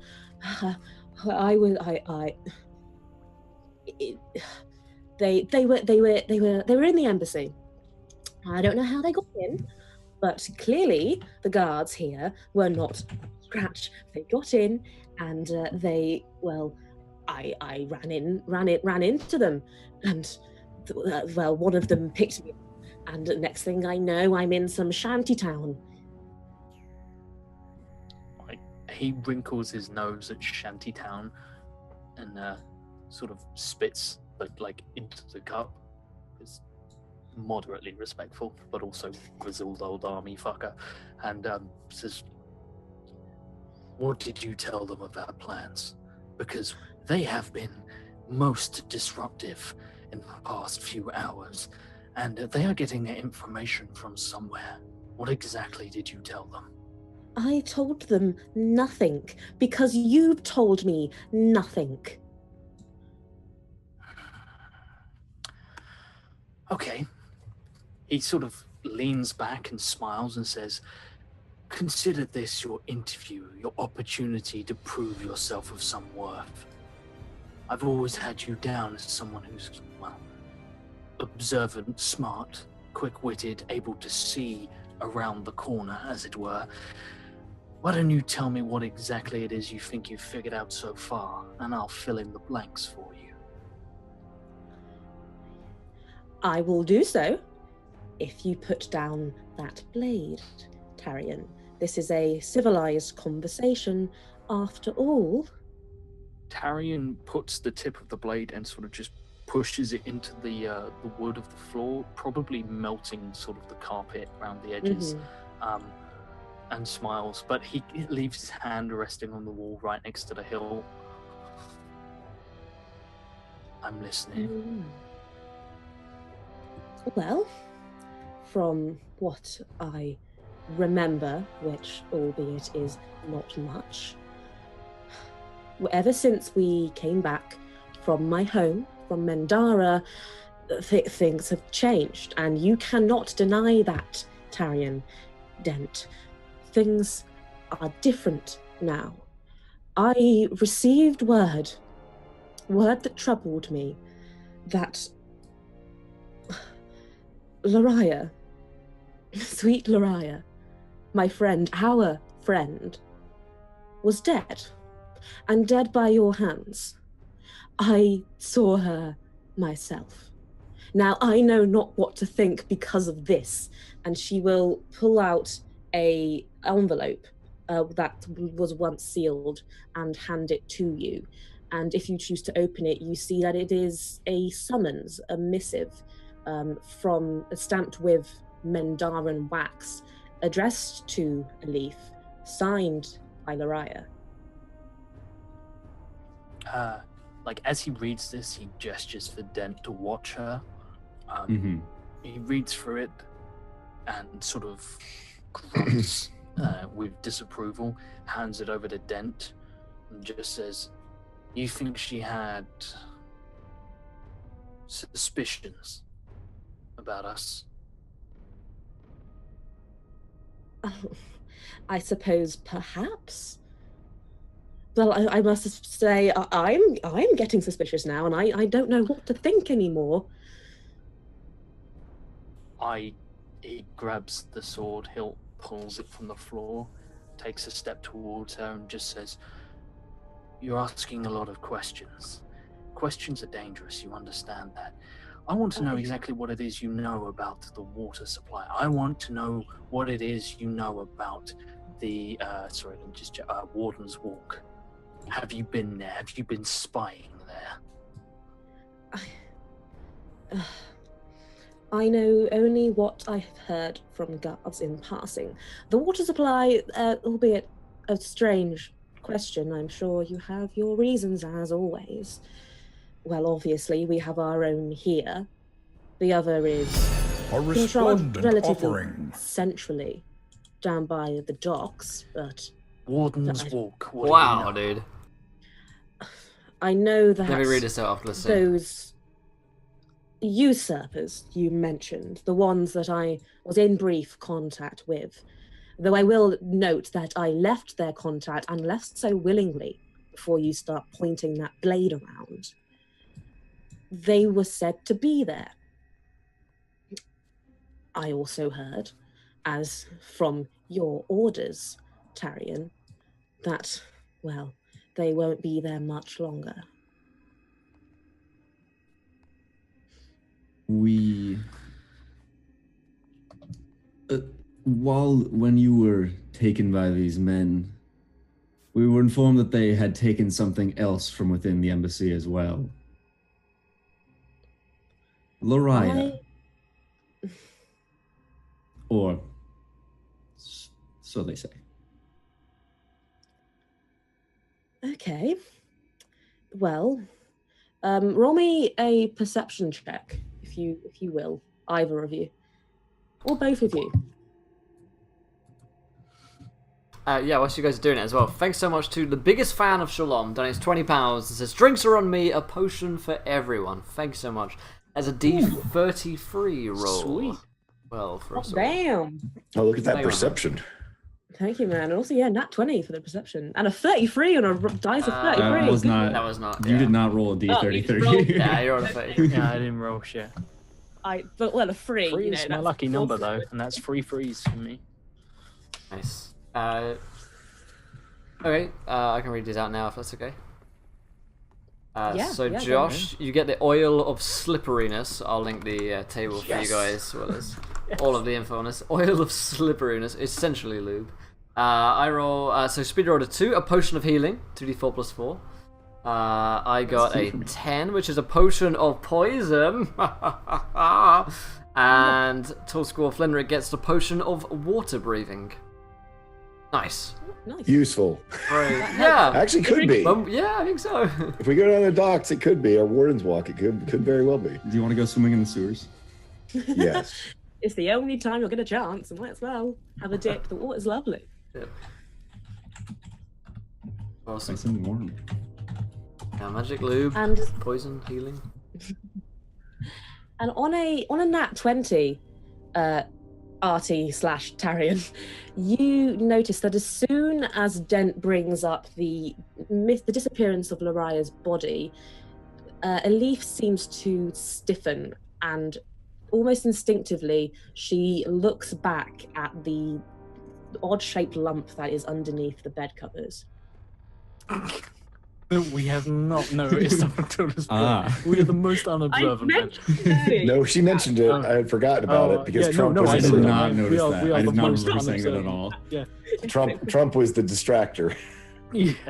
This was all a cunning plan. Yeah, so he stands there and he basically is just holding the sword, sort of like the point about maybe 1.5 feet from her, and like glances quickly towards Den and says, "Check the bed now. I do If so. you move, I'll run you through. And believe me, this is no conventional weapon." Yeah, I will check the bed and I assume discover the body of Lariah, assumably still preserved because of Flinrick's spell. You do. You see, as you left her, those hours ago, really. It's not been a long day. It's been No. a weird day. Cool. Yep, that's Lariah. That's exactly why I called you in here, Tarian, to explain what this is. And she'll gesture again to the envelope that you're holding in your hand. She's like, I don't understand how this can be happening. Can I roll insight to see if we can tell if she's being honest with everything she's told us so far? Yeah. Roll me that. Insight. That's like my third 9. So, no, I don't know. You can't quite. It's been a very hectic few minutes, really, with the homeless man. Trump, yeah. You've just seen another dead body. Like, you can't quite get a read on her. She as well seems to be very shaken up by, I guess, the homeless man, the dead body, the sword that's in her face. You can't quite get a read on how truthful she is being with you. So, yeah, Tyrion looks at her and just says, "It's very simple. You're either with us or you're against us." And he smiles in the most sort of uncomfortable, unwelcoming smile he can muster and says, "You've seen what happens to those who oppose us." And he gestures to the corpse and says, "You can stand in our way with those scum that run through the lower quarter like rats. You can stand with the winning side." It doesn't sound like you're giving me much of a choice, old friend. He chuckles and just sort of like moves the blade slightly closer and just says, "And if you had a choice, you're telling me that if you were not being threatened right now, you'd side against us.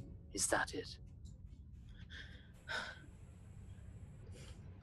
When we came back from Mendara, and we had Midas. the mission that we had, not like this, Man. Tarian. Not like this. Exclamation point Midas. And how exactly did you think that mission was going to play out? How did you think we were going to achieve such a monumental task? Do tell me what your tactics you would have employed would have been. Certainly not killing half the city. Certainly not killing Lariah, if indeed she is dead. Or if she is out there still in Mendara writing to me. He sort of like looks at the body as if he's sort of like trying to, like doing a double check, as if this is something he hadn't considered, both in illusion and out of illusion. And he finally says, Look at them all add up on the screen. "Then how would you have done it differently? How would you have spared these people the fates that we had to put them through? You think this easy? No. These are hard choices, and they are made by veterans who have seen what war is like, seen death, and know that they have the stomach for it. I'm dying to hear your solution to all of this." I know it would not have been easy.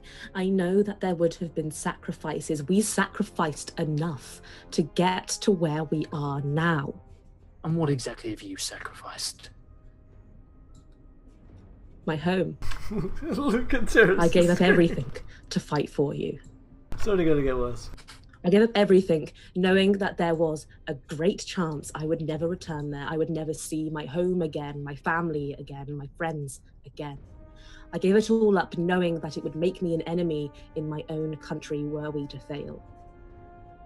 I sacrificed, Tarion. Don't tell me that I didn't.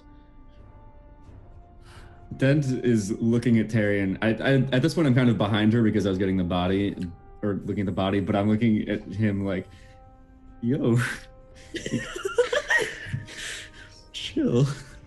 Yeah, chill out. Also, Midas cheered for 1,000,000, and all of us get a natural 1, including Louise. So I need to add 1 to my tracker. Ooh, It's nice to be included. Looks like I I'm have 2. super biased. So Speedy has 2, Josh has 1, Flinrick has 1 but 1 crit, and I have 1 fail and 1 crit as well. Wait. I think you got that backwards. I think I've got 2 fails. If everyone got a nat 1, and then I think I got a nat 1 from earlier. Okay. I think it was Josh got a 20, I got a 1. Because I was making fun of Josh. Mentally Yeah, planning. I got a nat 20, but I've got to 1. kill everybody. Oh, okay, maybe I did get the wrong way around. Okay. Yeah, Okay. I think Flinrick now has 2 nat 1s. Okay, so, Yeah. okay. So I am going to try and basically intimidate her to side with the man before her. I'm gonna nat 1. So do you have a nat 20 as well, Josh? Or just a or I just do a, have a nat 20 Okay, as well. cool. Yeah. I've got a nat 20 and a nat 1. Nice. So I'm gonna use I use that nat 1 and I try and intimidate her to basically fear Tarion and basically agree to go along with his plan. And with your nat 1, obviously, she looks almost worried for a moment as she looks at you, and she looks at the sword that is held up to her, and then something passes across her face. She looks back to where Lariah is lying, and she stands from the bed, and she looks at you, and putting her hand out, she moves, if you let her, the blade away from her chest and stares down, stares up at you. You are much taller than her. She goes, "Not like this, Tarion. Never like this." At which point, Tarion vanishes, and before her stands a 14-year-old boy named Artie, I've seen this enter. who Yeah, I also turn back. You can trust us. who puts the And you know blade why. down and will spend his nat 20 to say, "Then help us make a difference, because our friends are dying too." And people like, and he gestures to Dent, and then like Dent melts away, and he just says, "People like Dent, people like Tarion, they're not who left with you. They're not the leaders who overthrew you. I had to be sure that you weren't going to betray us, that you really hated these people."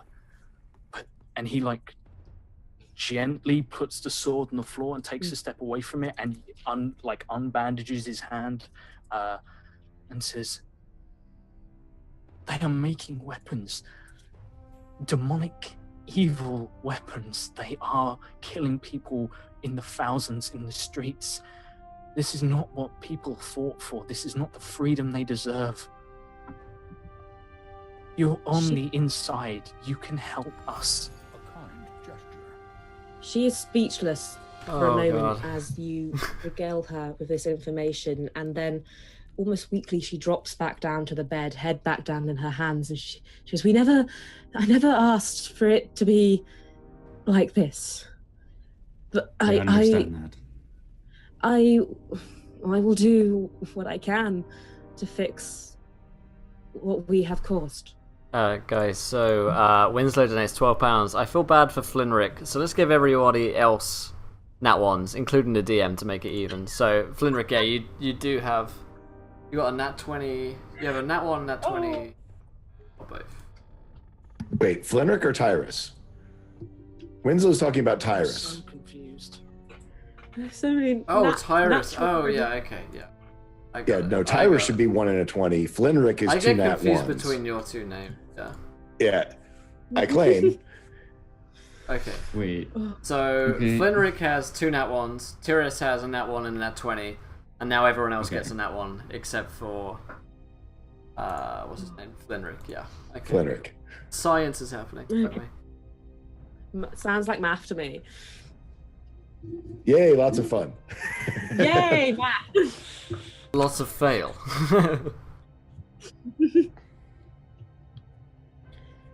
So she seems able to help you in your cause.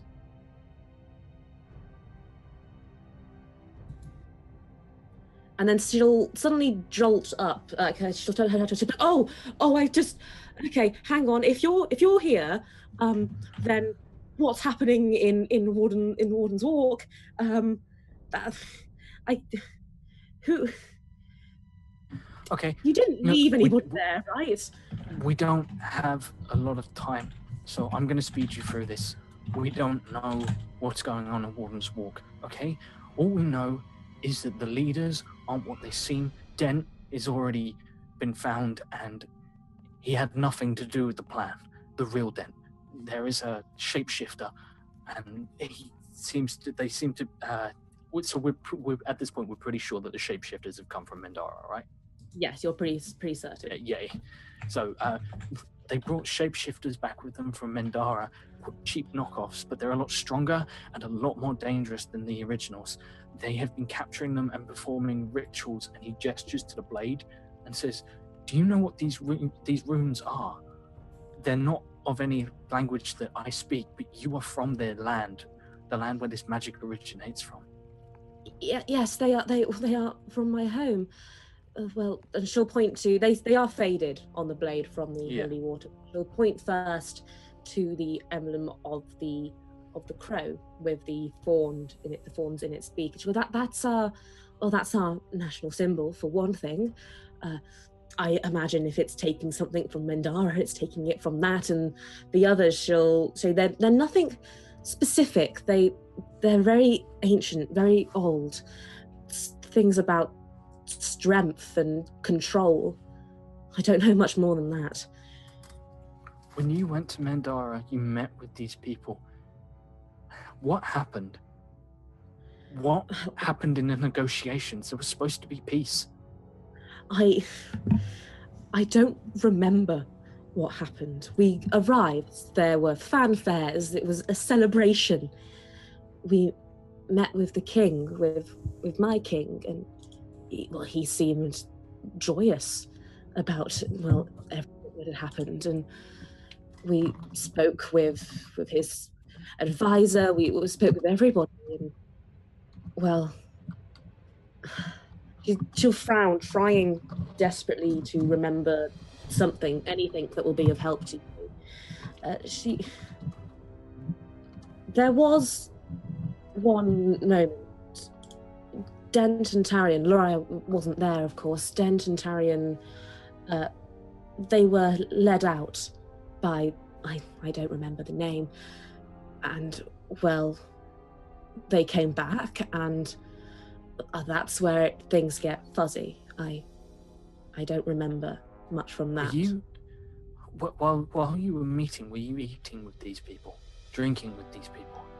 There was plenty of drinking supply, yes. It was a celebration. What if they spiked your drink with something, laced it with some kind of poison or something to alter the mind? We've already tested you, and you haven't reacted in any way the others have. And, I mean, I think at this point we have no choice but to trust you to a degree.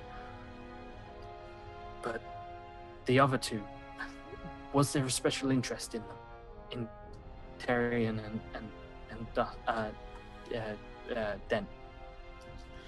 Well, people seemed to want to thank them, I suppose, for what they had done for Azameth. I suppose they were the limelight of the evening. What was it Mendara wanted? You said that they gave you some kind of task, and Tarian and Dent went about it in a drastic, terrible manner, but what was that task? Well, now hear me out, gentlemen. This is going to sound, well, it's not going to sound good, but it's not meant to be bad. It's not meant to be this. Are you trying to assimilate our country in a weakened state? I believe that's what they were trying to do, not me, not I. The mission as we had it, well, the mission as I knew it, was to rejoin our kingdoms as they once were, combined. That's what I thought we were doing. Maybe I was wrong.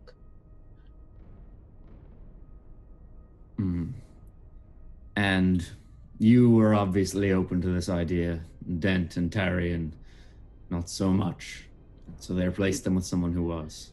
Did you notice a sudden change in their opinions? Well, I suppose beforehand they weren't too keen on the idea. They, well, to be fair, had been fighting for independence from one ruler. They didn't want another. They seemed the same. I must say I never noticed anything suspicious. They were perhaps more receptive to ideas, but nothing outright. Regardless, you said about Warden's Walk. You asked if we had people left there. We do.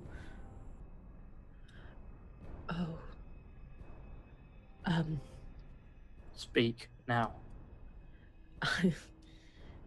I'm sorry. Artie draws his rapier. What happened? Tell me I now. don't know myself, and please don't bung me with them, with their crazy ideas. I don't know what they are doing there, but I know that they expected you to be there and that they were to set something off that would eliminate you. That would take you out of the situation, out of their hands. You were a problem that needed to be fixed. Have they ever mentioned a schedule to you? A schedule?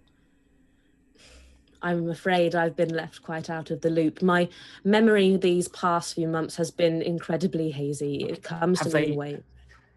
Have they set aside a date? Is there any upcoming meeting, event, anything out of the ordinary that is approaching soon? There's this. She'll point again to the envelope. And if you were to read it, which you did, it does schedule a meeting between Lariah and Elite in Mendara in the next week.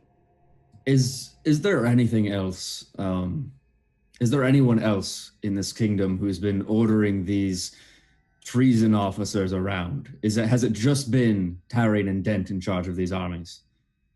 Well, Tarian, Dent, and those that they trust, members of Tarian's guards, personal guards to Dent, though I don't know if that makes them suspicious in any way, or just loyal guards. Are they the same men that accompanied you to Mendara, or have they been replaced by Mendarans? Well, our personal guards remain the same. Everybody else was replaced. Okay. Did the personal guards go with you to Mendara? They did, yes. Then I will tell you this. We fought, and we have lost our homes once already. And if the people of your kingdom think that we will willingly give in to a foreign oppressive rule, then you have another thing coming. And remember this, I meant what I said. You are either with us or you are the enemy. That's how it has to be now. But you would take heed and remember that you don't know who you can trust, and you don't know where we are, for we can take many forms. And he turns back into Tyrion, because we gotta get out of here some way, and I can't walk out as Artie. And he's gonna pick up the sword, and in Tyrion's voice just say, "We will be watching. And I would suggest you keep close comfort." And we've developed a code to know who is truly who they say they are. I hold up my hand to Dent, shake my head, just say something different. We need another code. We need a Because new if we tell her our code and she rats it out, that means that we can no longer trust our own code. So I say we make it sound real simple. Just say, what's the symbol for Mendara? You said It's it was a crow with a thorned rose in its beak. Okay. The crow flies with. How does the crow fly? How does the crow fly with binding thorns? With binding thorns is the response. How does the crow fly is the first threat, and with binding thorns is the response. That's how you check if we are us or if we are. If you get any other replacements. response, you're not talking to one of us. Right. Good. If we are, if the other Taurian and Dent have been dealt with, that means that we three are the ones in charge of this kingdom and in charge of the armies here. I suppose it does. The only real person who's unaccounted for right now is the real Tarian. We have the real Dent. We have the real Araya. We have the real Lees. Oh, did I miss that? I'm sorry. We killed the real Tarian, didn't we? No. We didn't. killed the He doppelganger changed. Tarian. His hands We killed the changed. doppelganger That's Tarian. That's what I'm right. saying, Yeah. is that right now of our 4 leaders, we actually have a resurrectable one and 2 real ones. So there's a real Tarian either dead or alive somewhere. We need to find him. And the question is whether we've got more doppelgangers as well. The thing is, I would say that he'd probably be, him and Dent are the 2 most dangerous, which makes sense why they changed them, because Dent commands the hearts of the people, or did before he became a massive tool, and the other one is Tyrion is a tactical genius. He's a tactician. He was taught proper military tactics, and he fought in an actual solid army. Right. So those 2 are the dangers, which makes sense that they would potentially keep him alive as a bargaining chip. Well, they didn't intend to keep Dent alive. They intended to throw him in with the rest of the bodies. There's a chance Tarian's body is in there with the pile. Yeah, we didn't check. Even notice. Anyway. Regardless, we have control over the armies. We can cancel all their commands. We could even send them back to Mendara if need be.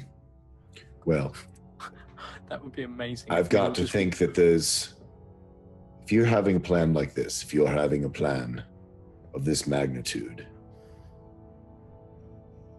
you don't let it run on its own. Whoever swapped out Tarian and Dent in the first place certainly has another agent here. Someone less visible, the power behind the thrones, so to speak. So if something just like this happens, has there they anyone can still escape. Anyone knew that that Dent and Tarian have been confiding with lately? Someone they talk to more than they used to. I point to the man we just killed, and I just say, "Who's he?" Because it's too weird not to address like the kind of. I do not know that man. I don't know how he got in. Okay. He just walked in, and I'm glad that you came. To be completely honest, I'm glad that you came. Regarding whether they've been speaking to anybody else, I suppose they've been away more. They may have been meeting up with somebody. They don't tend to bring much business back to the embassy, or at least not that I know of. Final thing. Where's the most heavily guarded place in the embassy at the moment? The most heavily guarded place? Well, I suppose that would be the treasury. And that hasn't changed. There's been no redeploying of guards. Well, I haven't. Areas that have become off limits. I don't believe so, not to my knowledge.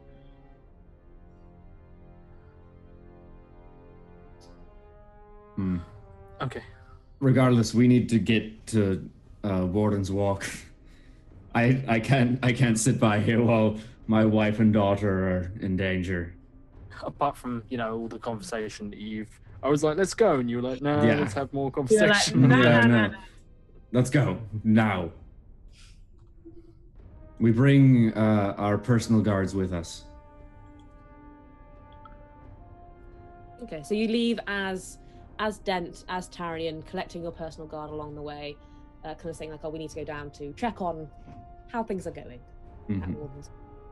And as soon as you leave the embassy, you notice pillowing stacks of smoke coming from Warden's Walk. Billowing or pillowing stacks? You know Like what I a mean.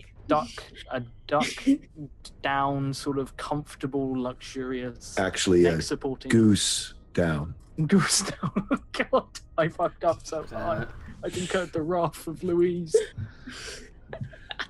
Just you wait. You see smoke and Warden's Walk. Geese. And Jeez. Yeah. You see geese flying goddamn everywhere. It is chaos. Fucking. Come with us. We need to go now. The geese are migrating. It's not safe here. fucking geese migrants. Trump's just out there shooting. He's alive again. They're Canadians. Damn immigrants, get off our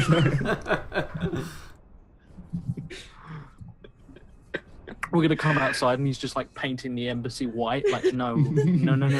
Just march him out. Oh gosh. Anyways. Okay, yeah. To say he shoots a geese, Aquila's going to show up and take care of him. Yeah, that's a bad move. And he's Don't super dead He's- already, so. So yeah, you do see smoke coming from Warden's Walk, from where you left your dear friends and family. And for an update on who exactly we left behind last time on Tyrants Thrall, we left Sefri, the Everybody. Because it changes Every every NPC we've week. met. the real Dent. We left Alexandria and Selena, Tyrus's family. Elena, sister-in-law. Polly was also there. There's a lot of people in this temple. There are more NPCs than players, yes. And six of the 13 Baker's Dozen game. Just because. What were their names again, Louise? What were their names? Let's move on.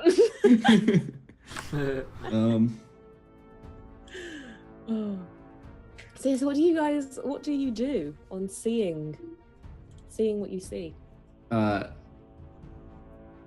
gonna let the parents make the call on. So I see this as well, correct? Yeah. You all see. Okay, yeah, okay. We left them there. Fuck. Because yeah, Polly's there. Yes. Yeah. As far as we know. I feel like I've done this before for some reason. Why am I having flashbacks the past 3 weeks? No. Let's run to save our families again, guys. At this point, I think it's definitely worth considering, like, how much do we care about our families? They get us into a lot of trouble every week. I mean, I'm fine letting my sister-in-law burn, but Yeah, I feel like there's a common denominator here, and it's definitely the kids. Fine, let's go to save him Good say. again. These kids are all right. I could, but I wouldn't. let's go. We're running over there with the guard with us, and we're gonna try and put out the fire. I Get wanted some to buckets run. of water if we can. I wanted to run the campaign that I actually wrote, and I would have gotten away with it too if it wasn't for these meddling kids. Yeah, in the mystery machine, Louise's gang. last line. Back in the mystery machine. Let's go.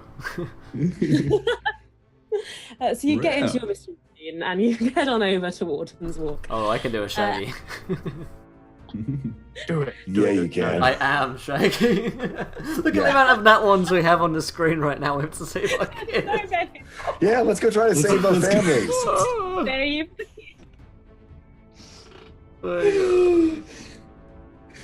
Okay. Joffrey's just noped out. He's like, you know what? It's too much for me. Oh.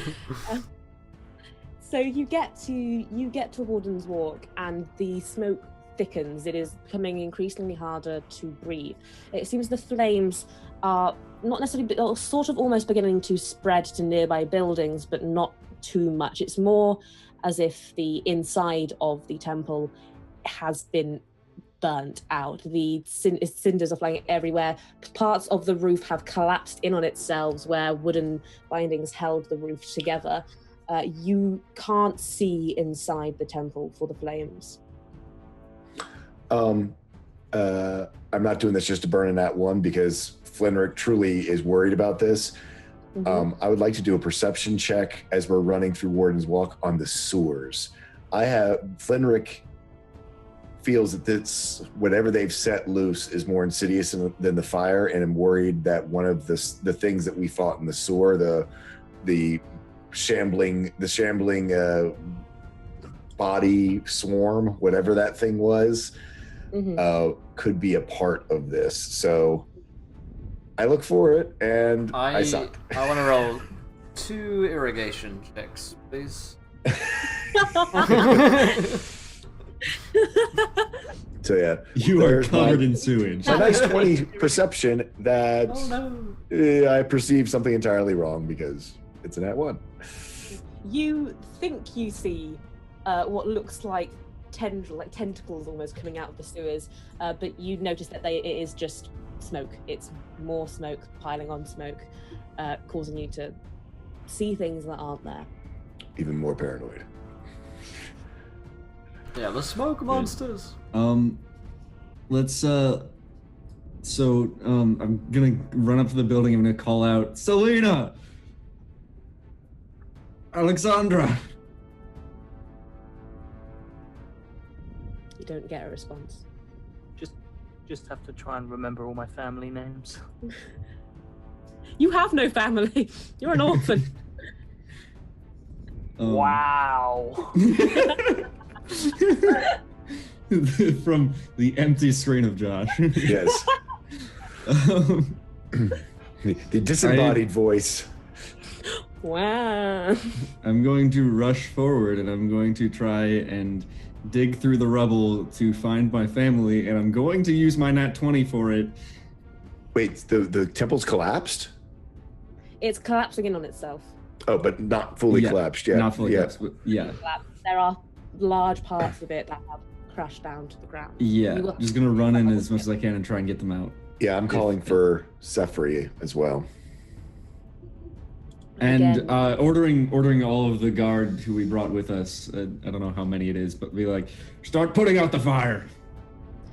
You hear no response from your call for Sefri. And I'm gonna need you, Tyrus, to make me a couple of checks as you run into the burning building. Firstly, a strength check to see how effectively you can move the rubble. And then would it be a constitution for the fire? Yeah. Yes, Constitution to resist and then fire. A constitution check to resist the fire and the smoke. If not, you are encapsulated. How do I by organize the lure. these nat 20s and nat 1s? I have a single nat 20. If I use the nat 20 on the strength, then that means I make it inside and then choke. Pass out. Pretty much. That's probably worse. Yeah, I mean, sure, I'll try and go in through the door or whatever. Oh, wow. Who needs that nat 1 from the audience?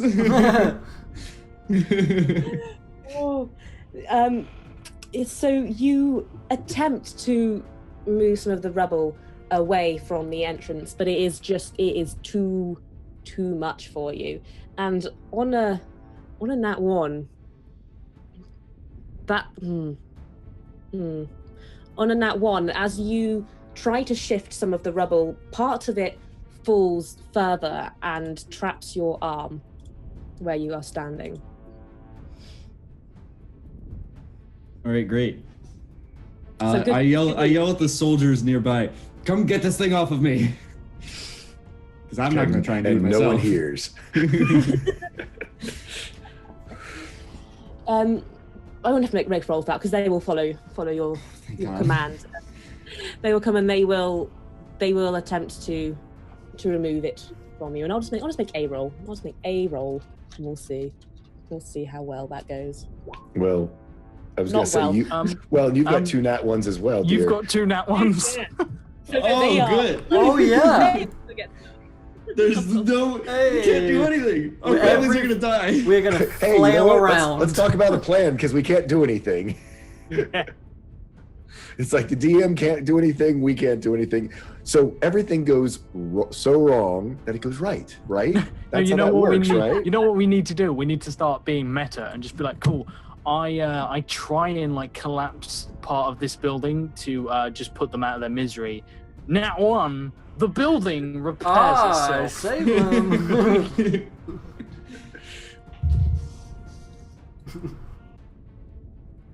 I I don't try even know what to. you do in this situation. Whenever... I try to heal my enemies. Huh? And I accidentally pressed this fabled kill button that we've not been using. Yeah, I mean, Louis got one more nat 1 to use. We also have nat 20s, Tyrants and I, so we can. You have that cube. That could be useful in this I situation. have a That cube. could be. It's literally face number 1. Literally stop smoke. Just saying. Okay, do I know that the cube does that, Louise? Just Because it does. roll it.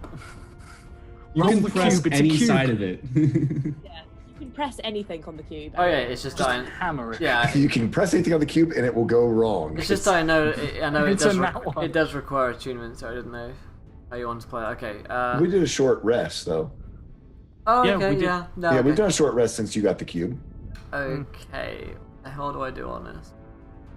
Bases. Whatever you do, charges. you don't do it well. I think there are 6 that I roll. There are on. 6 faces. It's a cube. Yeah. What are you Okay. struggling No, with? I'm reading because there are 36 different options. 36 charges. Okay, that's where I was. Let's roll that. No, there are 36 charges. So I roll. Well, with one nat 1, it would automatically be gases. If you want me to nat 1 on it, then I get gas, wind, Because it and would still fog. do the thing that you wanted it to do.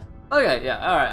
I guess I'll use my nat 1 on that one. Gas, wind, and fog. I guess I use my nat 1 to do exactly what I want to do. Yeah, I guess I will. Oh, how about that? Maybe I will. Okay. So what happens Darcy's is gonna run in. a barrier 15 foot either side forms, centers on me and moves with me. So I'm like, I activate this thing and I'm like, come on, let's go! And we fireman team through to the temple or wherever we want to go. So Yeah. if you stay close to me, Artie's and you're able going to breathe. run ahead. Okay, great idea. Yeah. Sort of rushing through. Yeah. He burns up. Only we had a cue.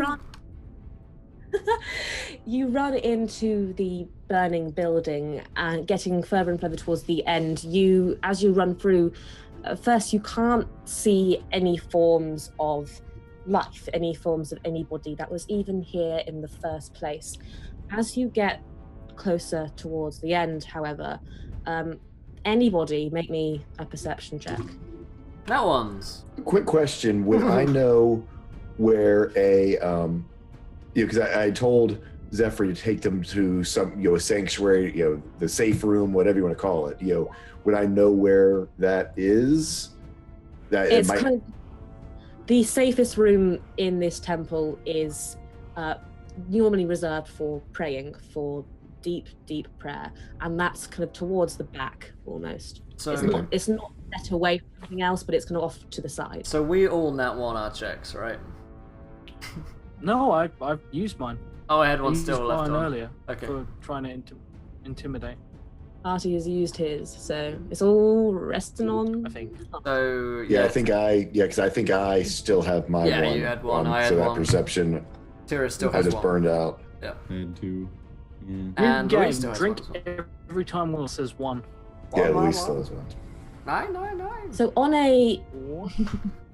a 22, as you get towards this room where they were expected to be, you see 3 figures, burnt out husks of figures, I should say, collapsed on the floor. Is one of them a lot smaller?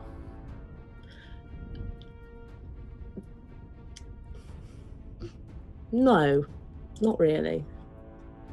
I rush over. Like, I don't care if I leave the cube sphere, the force field, and start he rushes over immediately, and sort of are they sort of like, is there rubble on them in any way, or they're just burnt to a crisp? There is on one figure, which is seemingly male, a banister has come down and seemed to have trapped his legs. It's possible that he was unable to escape, and that is where he led out the rest of his life, unfortunately for him. The others, one of them seemingly very much nearby, but charred hand close to the male as if trying to help. The third separate. And none of these look younger? Like short, small? Not as young as perhaps Polly or Selena would be. We'll put it that way.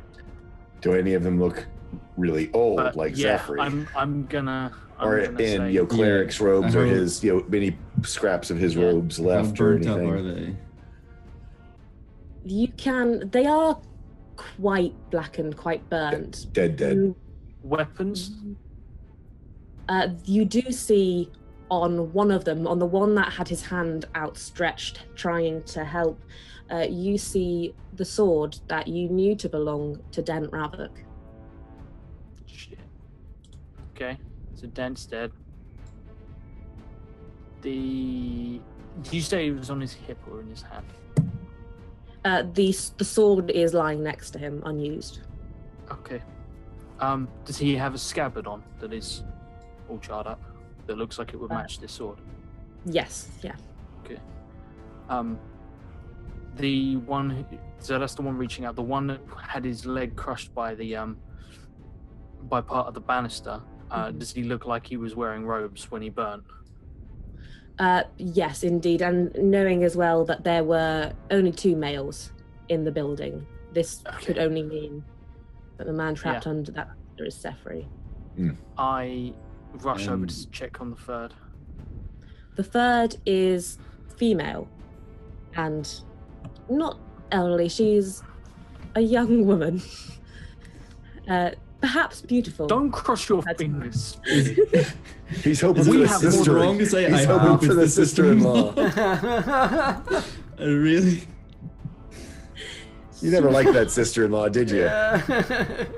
Did she get more in the inheritance? Is that it? You were hoping your wife would inherit more? Yeah. She was perhaps beautiful in time in her youth, which I'm sure was full of fond memory, fun, joyous times spent with family, friends, and loved ones.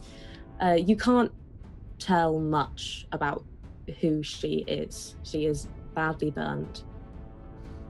And besides, both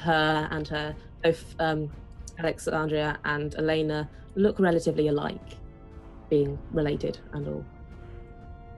Okay. Yeah, mate. Okay, I don't see any of this. This is all just already right. Still Artie. Artie realizes this place is gonna come. It's like coming down. So gonna get in a lot of shit for this if this is wrong. But he's going to sort of grab some rope, and he's going to tie the rope around her ankles because he can't carry her, and it's going to be narrow. So he's going to tie the rope sort of like around her ankles so I can drag her, and look back to Karazim and shake his head and say, point and say, Dent, and then Zephyr, and then he points to the one that he sort of hog-tied the ankles together to, and just says, I don't know. I think it's not. either no, it's not Polly, but it's either his wife or it's either oh my god, I'm so bad with names today. It's Alexandra either Selena. Tyrus's wife or it's his wife's sister, and he is gonna like start hauling as best he can and like offer because he's not very strong. Yeah. Like, please help. I can help you. Gerazim is pretty strong, so. And then I guess I'm gonna look around real quick and do one last check and see if I can find. I very much doubt it, but anything that denotes where they might have gone. Like they've tried to escape into a room, but is it a dead end in here? Oh yeah, are we at the room or is the room still further You are back? not in the room just yet. You are nearby the room. It looks as if perhaps when the fire started, Zephyr, Dent, and perhaps whoever this woman is left the room to try and perhaps douse the flames, perhaps get people out. You're not sure, but they weren't in the room when they died. Okay, I will enter the room and sort of like pull like a scrap up and tie it around my face to do something about the smoke as best I can. And is there anyone in here? Give me another perception check. Don't you fucking hide from me. I'll off and I'll puff and I'll burn the entire place down in a random act of violence. And so you open the door and there's backflash and Yep, this is exactly. I did that to someone the other day in a campaign. It was wonderful. The smoke is too heavy in this room for you to make out anybody. I call out. Oh, I'll bury it in. So there's 15 feet where you can see stuff. So push it out. But Artie will call out in Artie's voice and just say, Polly, Selena. Polly! Selena! Alexandria. Polly! Selena, the one we don't care if she died. That other one! NPC, who's probably lost. Don't worry, we'll only lose them next week. At this point, we all know that by the same time next week, they'll be burning somewhere. Woman! They'll be somewhere else. Somewhere else burning is where these people will be. Drowning next time. Maybe getting executed, probably in prison somewhere. I have a real habit for it. I got a real knack for it, these guys.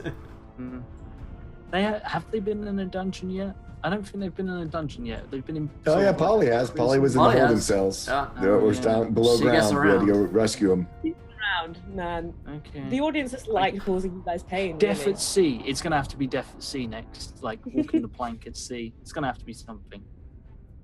Yeah. I'll keep that in mind. Boat trip to Mendara, anybody? Anyone? So you call out in the room, is that right? Both Yeah. of you call out for Polly, Yeah. for Selena, Alexandria, for anybody that will respond. You do hear a cough. I Weak. rush over to it immediately. And as you get closer, you see huddled in some form of alcove with a cloak wrapped tightly around her. She is very much in pain. She is doubled over, coughing, so you can't tell immediately who it is. And in doing so, she looks up at you, Artie, who is currently not Artie, who is currently Tarian Lennings, if I'm just making sure, I have everything correct. And you see not who you'd expect to see. You don't see Selena. You don't see Alexandria. And you don't see Polly either.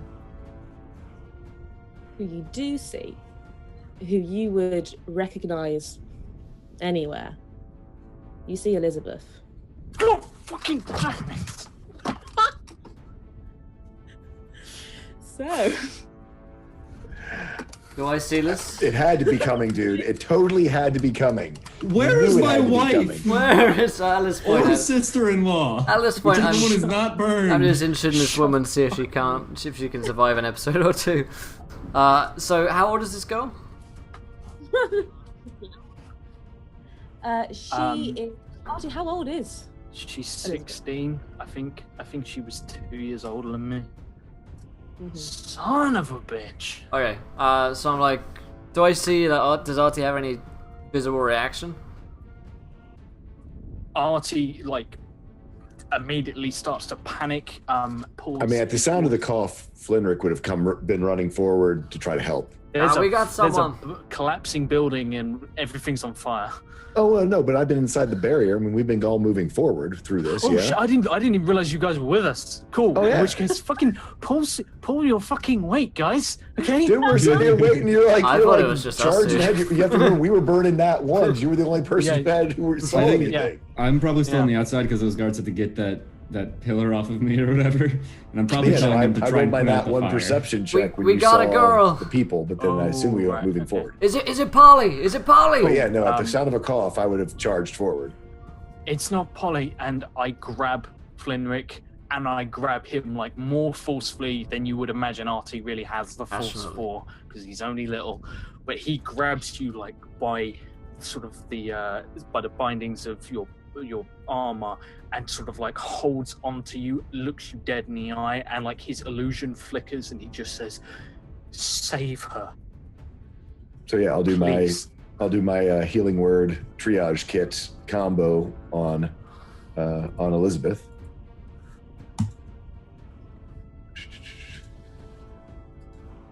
So 8 from the weird word, and if 25 succeeds, then another 4.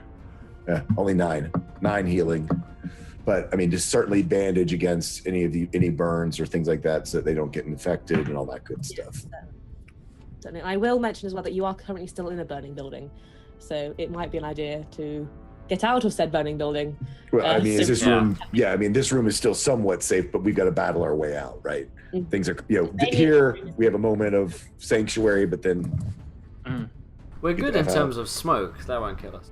Just Yeah, collapsing. it's the smoke. It's just the fire and the roof falling. Yeah, on us. everything else we got. Yeah. Well, actually, you're more likely to die from the smoke. So we're all good. We're all good. We'll be fine. Is it Polly? Who's this girl? No, like I said no about 3 times. Oh, I must have rolled my nat once. Shit. That was all of John Allen's. Yeah. Let's get her out of here, whoever she is. He looks at Karazim and just says, maybe they ran. They're fast and they're not in here. Probably. And he looks around at sort of like, there's not a lot of rubble yet, is there? Like piles and piles of. it's not It's just piles, starting to no. collapse. Okay, yeah. He looks around and like doesn't see like any consider. It's just like unless they have been very unfortunate, they've probably fled. That'll be this fine, place. lad. Don't yeah, worry. with my knowledge of the temple, is there like a downstairs? Is there a what I wine? was I don't want to say a looking for. wine cellar, An but maybe a undercroft. communion cellar. Undercroft. This is in the They have. office. Trust me. Undercroft, that's what it's called. Trust me when I say they have survived worse. Truly. Don't worry, they all teleported to their next horrible. At this fate. point, They're already being executed in the next place. honestly, at this point, They've saving been Polly. teleported to the finale. Saving Polly feels like a fruitless task. She just can't stay out of trouble. I think I'll just leave her to it, to be honest. Bad parenting. Obviously. Do I have any knowledge of this? Of where's first thing a way for us out that might be better than running back through a burning building? Maybe is there an undercroft, a down somehow to get to the sewers, something, or is this pretty much it? This would have been the spot, and then if no one's here, everything else is just coming down. This is pretty much it. Okay. So, we need to hurry. Is there anything other than the main front doors? Are there any doors in the narthexes? I forget There are my a history of few architecture. There are a few side rooms. The only way in is from the main front door. There are a few other side rooms. That Are there any have- of like the stained glass windows that are starting to break out, or that we could break out to get out Yeah, a shorter path? certainly. Yeah, Yeah, you can Yeah, if the temple's going down, then I'm all about using my mace and or whatever to bust us away through a window. Mhm. Fuck your mace. As- Where's your god? So you Obviously not here. head to. She was smart and got the hell out. Lady of strategy. She's out. She noped out of here. So as you head towards a window that you can break out of, I'd like you all to make me a dexterity saving throw as the roof is collapsing around you. Oh god. Dexterity save. Why didn't go back in there? 13. Ah, can I use my nat 20 on this? Yes, you can. Hey. Yeah. I'm looking at how long we got left on the clock, and I'm thinking, Beautiful. I'm not gonna roll shit. I'm gonna escape this burning building. Is there any? I don't know yet how well he's done, but if Fenric is carrying Elizabeth, can I I don't care if I get caught up in damage. I'd like to more make sure that he's okay by carrying her, and by extension she's okay. So if I need disadvantage or whatever, I don't care. I'll just look after them. I was gonna say we're about the same. We'll see what happens. I'd rather you make it out of the two of us. Oh, that's sweet. That's sweet. Yeah, you should. That's a nice thing. Yeah. Let me kill you now. You just barely make it out. As soon as the last one of you slips through the stained glass window, the roof to the temple collapses completely. There is no way back in. If there was anybody else still trapped there underneath this rubble, you won't find them. So At did least- Tyrus get out?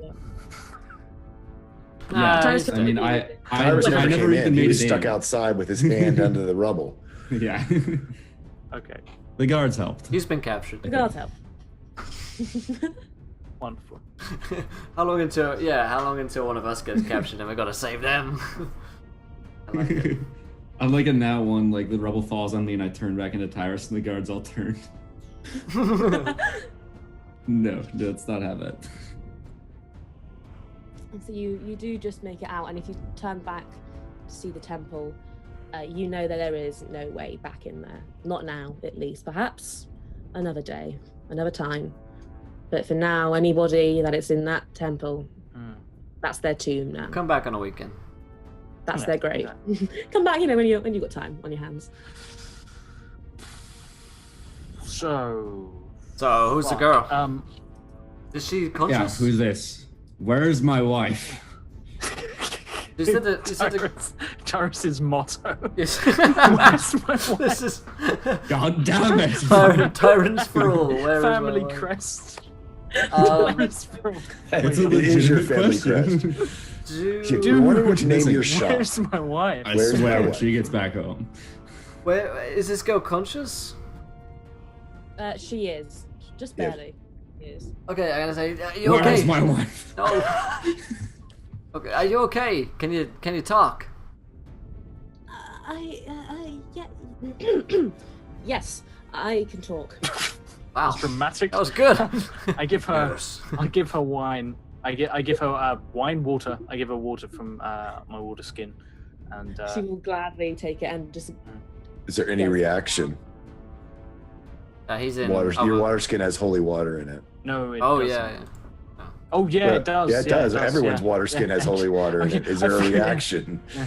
I mean, yeah, because we holy watered everything. It's the Everybody. only Yeah, way for to be things. safe. She seems. Like, Drink give me a this. perception to Does it see. smell like chloroform? I'm going to use my inspiration on this. I'm not gonna Okay. roll because I Have you? don't I'm too in this. Are you trying to don't wanna butter know. my croissant?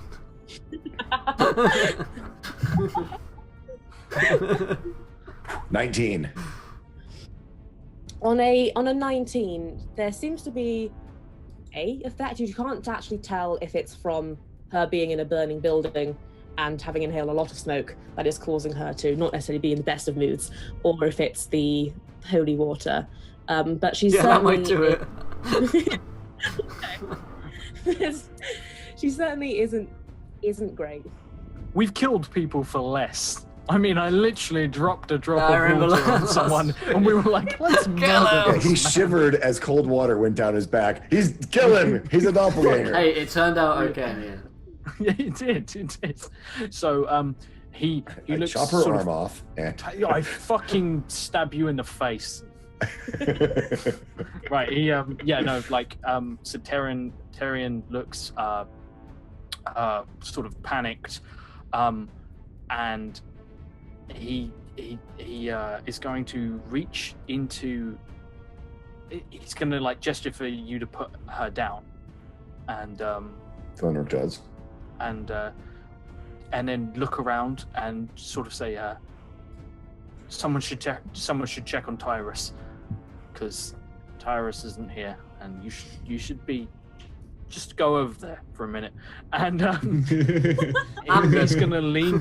he's gonna lean down to Elizabeth, and he pulls a ring from out of the illusion, as well as a small necklace, and holds the two of them carefully, like against his chest, and just says, he's gonna basically whisper, "Ooh, because we grew up together, would she know Thieves' Cant, as I knew Thieves' Cant?" That's how growing up works. You would have probably taught it to her. Yeah, you learned Thieves' Cant on the streets itself, but it's possible that you would have taught it to her in a way to sort of talk to each other whilst your parents were watching. That's my go. Or if it's not Thieves' Cant, it's just like something. You have some way of Yeah. I hold sort of them close to me, and in Artie's voice I say, "It's me." I don't react. Just sort of show her that, and then sort of like put it back in my jacket, and then quite loudly and normally just say, in Tyrion's voice, "Are you hurt?" So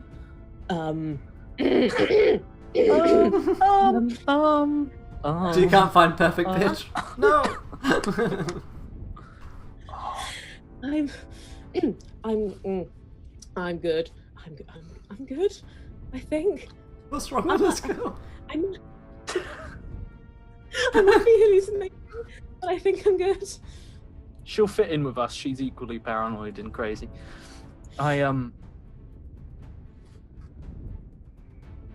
Literally never let her leave your side. Sorry. I look to her and say, there were two others in the temple. They should have been in the temple. A young girl about my age. And then he like realizes his mistake and is like, shit, like about 14, and a woman about. And he just points to one of the grown-ups and just says his age, because he has no fucking idea of how old they are. We'll just say about his age. They weren't in the temple. We couldn't find them. Did they flee? Well, she'll drop her voice to a whisper to each other. But I went into the temple because I heard rumor that you were there. I heard you were dead. I thought you were dead. I did what I could to get away that night, and when I never saw you, I thought that was it.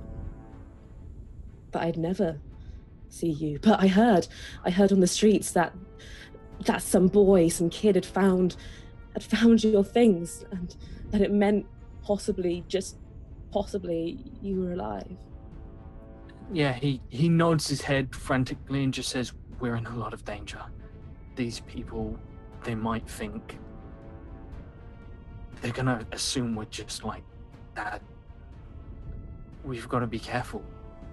I'm looking for someone, a really good friend," and he points to Karazim and is sort of like stopped talking quietly at this point and just says, "I'm looking for someone, a friend, let's go. a very close friend. He like he just holds up a hand to like ward off questions, and it's just like not now. And just says, she was here in the temple. Did you see them? Did you see them leave? Did they escape? Were they taken? What happened? Well, when I arrived, well, everything was fine, but well, it was weird. I know the people you mean, the tall one and well, the smaller one. Well, two of them left together before anything had even happened. What did the taller one look like? Can I insight check her? Yeah. Because I'm not gonna insight 25 check at all. 25. She seems to be telling the truth. Okay. So what did the taller one look like? Now I know what they both look like out of character, but in character, but out of character I haven't got the foggiest. Which one does she describe? She describes Alexandria. Alexandria left. And Okay. she'll also describe the smaller one as well, and you'd know that to be Selena. Is Alexandria your wife, or is Alexandria your... That is my wife. Score. Alexandria left. Nailed it. But there was no young half-orc girl. No, suppose. she just... She said it was Selena. Oh no, Selena's is the sister. Yeah. Selena's my daughter. No, is your Selena's- daughter. Oh, okay. Wait, I'm We're missing Oh Polly. my god! Polly is unaccounted for. Oh, what a Polly- surprise, Polly. For fuck's sake. Yeah, the half-orc girl is still missing. Okay, I said, Well, what about she'll turn half-orc up. girl? What about her? She'll appear when plot convenience. I didn't see her. I don't think. The whole time you were here, you didn't see her. Did anyone mention a girl named Polly while you were here? I don't think Did so. any treason officer stop by, perchance? All I know from what happened is the woman and the girl, they were talking to the old guy, and I didn't want to eavesdrop, I wasn't there for them. I was there for you. They said something about leaving, about having enough, about how they mentioned that he shouldn't be surprised, that he should have seen it coming. I don't know what they meant. She just noped on your marriage, man. Boink. Autumn. Oh, Speedy. She's Oh, done with your shit, man. I love the fact she also was like, nope, and then her sister-in-law was like, finally, you're leaving that douchebag, and she's like, fuck you as well, and just leaves. See, if the sister-in-law wasn't dead, you could have at least sort of Final got you insult. revenge banging, but no. Am I back at this point? Did I hear that? Did you want? I want him to hear that. I want him to hear that. I'll relay the news. Where? Please, Karazim will be Where did happy they with go? it. that's me. Your I'm wife happy is to dead, but your marriage is. It's all a lie. Man, that Tyrants must Thrall suck. Season 2, That was the so- divorce battle. the anime. The Alamo. Tyrants cook. And with that cliffhanger, Please tell me the end of his marriage is the cliffhanger. Oh man, that's funny. Um, Thank you, man. It is actually coming to that time. It's that time again. It's that time again, ladies. yeah, His marriage The is time where we Yes. ruin a relationship. Oh, hey, imagine that. We hit another episode and Polly's missing. I imagine if you watch the end of all of these episodes, it looks the same to me. Polly's gone Tune in missing. next time to find out where Polly is. Oh, And where's if Polly? you want to subscribe, this has all been a PR stunt for our new merchandise, which Yep. is the new collection of Where's Polly Where's Polly? books, Yeah. which is just Polly in a massive city of Mandara, and you've got to find her. Oh I man. will to do a bit something a little tiny little bit different with Polly, just to shake things up, just a little tiny bit. As She's you dead. He's super dead. As you look back to the temple, to the burnt out husk of the temple where Flimric, you once practiced your faith, to where you know the bodies of free people to be lying, perhaps more, you don't know. You do see what Karazim Arti you would know to be burnt clothing that Polly was wearing. Burnt. Hers. She did. It's What? it seems to be snagged on something inside the temple. If you looked back through the stained glass window, snagged perhaps on a nail on a corner of something. Right, okay. Ripped. This just became a lot less creepy because I genuinely thought you were just saying all of her clothes are just there and burnt, but she's not. Dude, Jay the player is convinced that Polly is the last doppelganger. Uh-huh. Yeah, If not by actual story, by viewer decision, in the next episode, she's going to be the last doppelganger. So do I think that Polly's dead at this point, or just that some clothing is like? Is there like a body? Is there ash or anything? It is likely, from what you know and from what you've seen in that temple, that it's unlikely she managed to escape. If she was in here drawing the fire, it's unlikely that she escaped. Okay. No. Elizabeth never even saw her. Yeah, I mean, yeah, that's true. Man. Okay, well. yeah. Oh, shit. I sort of mentioned that Elizabeth didn't see her, and then I turn around and I'm like, so, which super safe refuge are we going to next? We have the choice of the burnt down temple, the under the arena, which is full of creepy Corpses. dead people, We like only corpses have- and blood, and We only have There one is- NPC with us. Yeah, what could go wrong? there is the baker's dozen where people are just openly snatched from. There is your dead sister-in-law's house, which is booby trapped to fuck. I say we And go my there. forge. Now, either Polly is dead or she's somewhere running around naked. So until we find a Either body, way, she's in a Just lot of kills trouble. himself. until we find a body, I will not be convinced. Because, like any good horror movie, unless there's a body, they are not dead. All right. So yeah, let's wrap it up there then. As is Polly alive? Is Polly dead? Is she just somewhere eating a croissant? Find out next time. So if you guys enjoyed tonight's show, please do let us know in chat, everybody. And if you haven't checked out our sponsor for the week, please do check them out. Greygasts on Kickstarter. I think we're at 15k now, at 20, getting closer and closer by every day. But let's go around to cast and crew. What do we think of tonight's game? Where can we find you guys online? Let's start with our fantastic DM, Louise, who I tease for Polly, but I do enjoy it. Yeah, I properly enjoyed today. Glad to have a few reveals out of the way. Cough, cough, Elizabeth. Mm-hmm. Cough, cough. Fuck Elizabeth. I'm so triggered.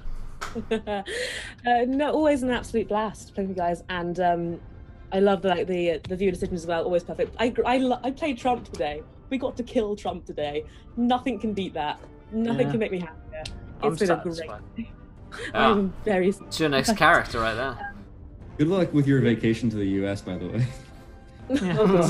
see if that passport gets approved. when they take you aside at customs and just replay that clip. Well, you know, like I did see an article that I can like read your private messages and stuff now, and I'm like, shit! I said some shit. It's fine. guys. It's fine. We are doppelgangers. It's not really me. That's right. It's There we not go. really Oh. How it works. That's how I'll get into America. The old doppelganger ruse works a treat every time. Oh man. And if you, this was our, as I mentioned earlier, our penultimate episode. So next week will be our finale, the finale of Tyrants Thrall, where we're gonna get those tyrants. We're gonna get them good, and I can't wait. If you wanted to find me in the meantime, which I recommend, especially for this week, that you follow me on Twitter at No More No Less, because there will be some things relating to the final episode, which will be released, which I'm very excited about. Okay. And so you don't want to miss them. You didn't want to miss them. I might. No. Fuck. Just no. I'm so done again. Unfollowed, unsubscribed, reported. Fantastic. Let's go to Speedy. Yeah, hello. This episode was ridiculous, as always. God, we fought Trump. I was so happy, like, I was just, like, waiting for the exact moment that you could do that. I wanted that sword to go through him. That was pretty great. And my wife left me. I can't say I'm surprised. Yeah. I mean, she literally said he shouldn't be surprised. Listen, you not see the backstory that I was given. Okay. That's true. I like I said, I can't say I'm surprised. I'm a little surprised she decided to leave the one safe place that we thought we had found. I mean, it turns out to be the best decision, but yeah, fair. The one safe burning refuge. Yeah, no, that was part of my 5 miles to backstory. Polly. It's not safe. The reason my sister-in-law was even a character in this is because part of my backstory is that my wife was probably going to try and leave me if I was gone for too long, and she would go stay with my sister-in-law. Oh man, it's like Instead, we took armed lunatics. They all came together. it's like an Assassin's Creed And when you're trailing then someone. she burned and to then, death. And then they go out of your line of sight, and then they leave. What an Instantly adventure found. we had. But yeah, my name is Speedy. You can find me on Twitch and Twitter as Not So Speedruns. I'm a D&D and variety streamer. You can follow me on Twitter. I do one-shots every Sunday with viewers and guests and stuff, so whether it be cool streamers or just random viewers. If you want to come play, there's a sign-up link that you can find somewhere on my Twitter, I believe. And then I also just started a brand new campaign in Blades in the Dark on Thursdays, which is awesome. Louise is on it too, and it's so cool, and you should see it. I'll just be there. I'm evil as fuck. Last episode was a doozy, I have to say. Oh god. Every episode. Oh my god, it's going great. Awesome. But yeah. Awesome. Tour School. I am Tosswall. You can find me here. Episode was amazing. Just always all the craziness, which is always a good time. Big shout out to the community because I know some of my viewers are out there, and certainly we had lots of viewers of ERP stop by over the weekend for our marathon for the American Cancer Society. We ended up raising $581 that we'll be donating to the American Cancer Society. So thank you to all of the great viewers here and everywhere, and just the Dungeons and Dragons Twitch stream community is always just amazing whenever anyone runs fundraisers, what people give. So my shout out is back at all you guys because you guys rock. And otherwise, we will. You can always catch me on the Vice on Saturdays at noon until 4 Eastern time, and we do a little thing called Dungeons and Coffees on Sunday mornings at 8 a.m., which is where we sit around and basically talk about Dungeons and Dragons and different things that we've seen, done, experienced over the course of the week. So come hang out. Awesome. Thanks. And Josh. Hey, yeah, thank you for making my ill day bearable. You know, I look back at how sick I've been today, and I think to myself, it's fine. You know, I could have been at the church at the end of my road, and it could have been on fire, and I could have been frantically looking for all of my friends' kids and stupid family members and extended family members, watching my mate's relationship just go down the shitter. And it's reaffirming, and but it's also, I feel like we've got to the point where, you know, Trump has started invading the D&D world, and maybe this is a step too far for him. Maybe this is the end for Trump. He can do, you know, he can do what he wants, but you try and get involved in my D&D game, and well, you saw what happened. Okay, so let this be a message. Yeah, exactly. So let this be a message, okay, that we will not tolerate whatever that was. Yeah, resistance, all that good shit. Fantastic. All right, guys, that was a very clear message, I think. And if you guys enjoyed tonight's show, hit that follow button and join us. Tomorrow is Wednesday. We've got Wayward Tides, followed by Tales from the Yawning Portal, and of course on Thursday it's my birthday, and Chris Perkins is going on the show to have a chat with us, little interview and Q&A. What the fuck? So, yeah, big shout out to Sydney for organising that for me. Best girlfriend ever. Best birthday present ever. Looking forward to that very much, and looking forward to seeing you guys then. Until next time, everybody, try not to get your kids lost. Try not to get your family lost in some kind of burning fire, or just be the worst parent ever and can't look after them. And until next time, try not to roll too many nat ones, because we want to be here laughing. We had a fuck ton of them as well today. When you do. Good night, everybody. See you soon. Bye!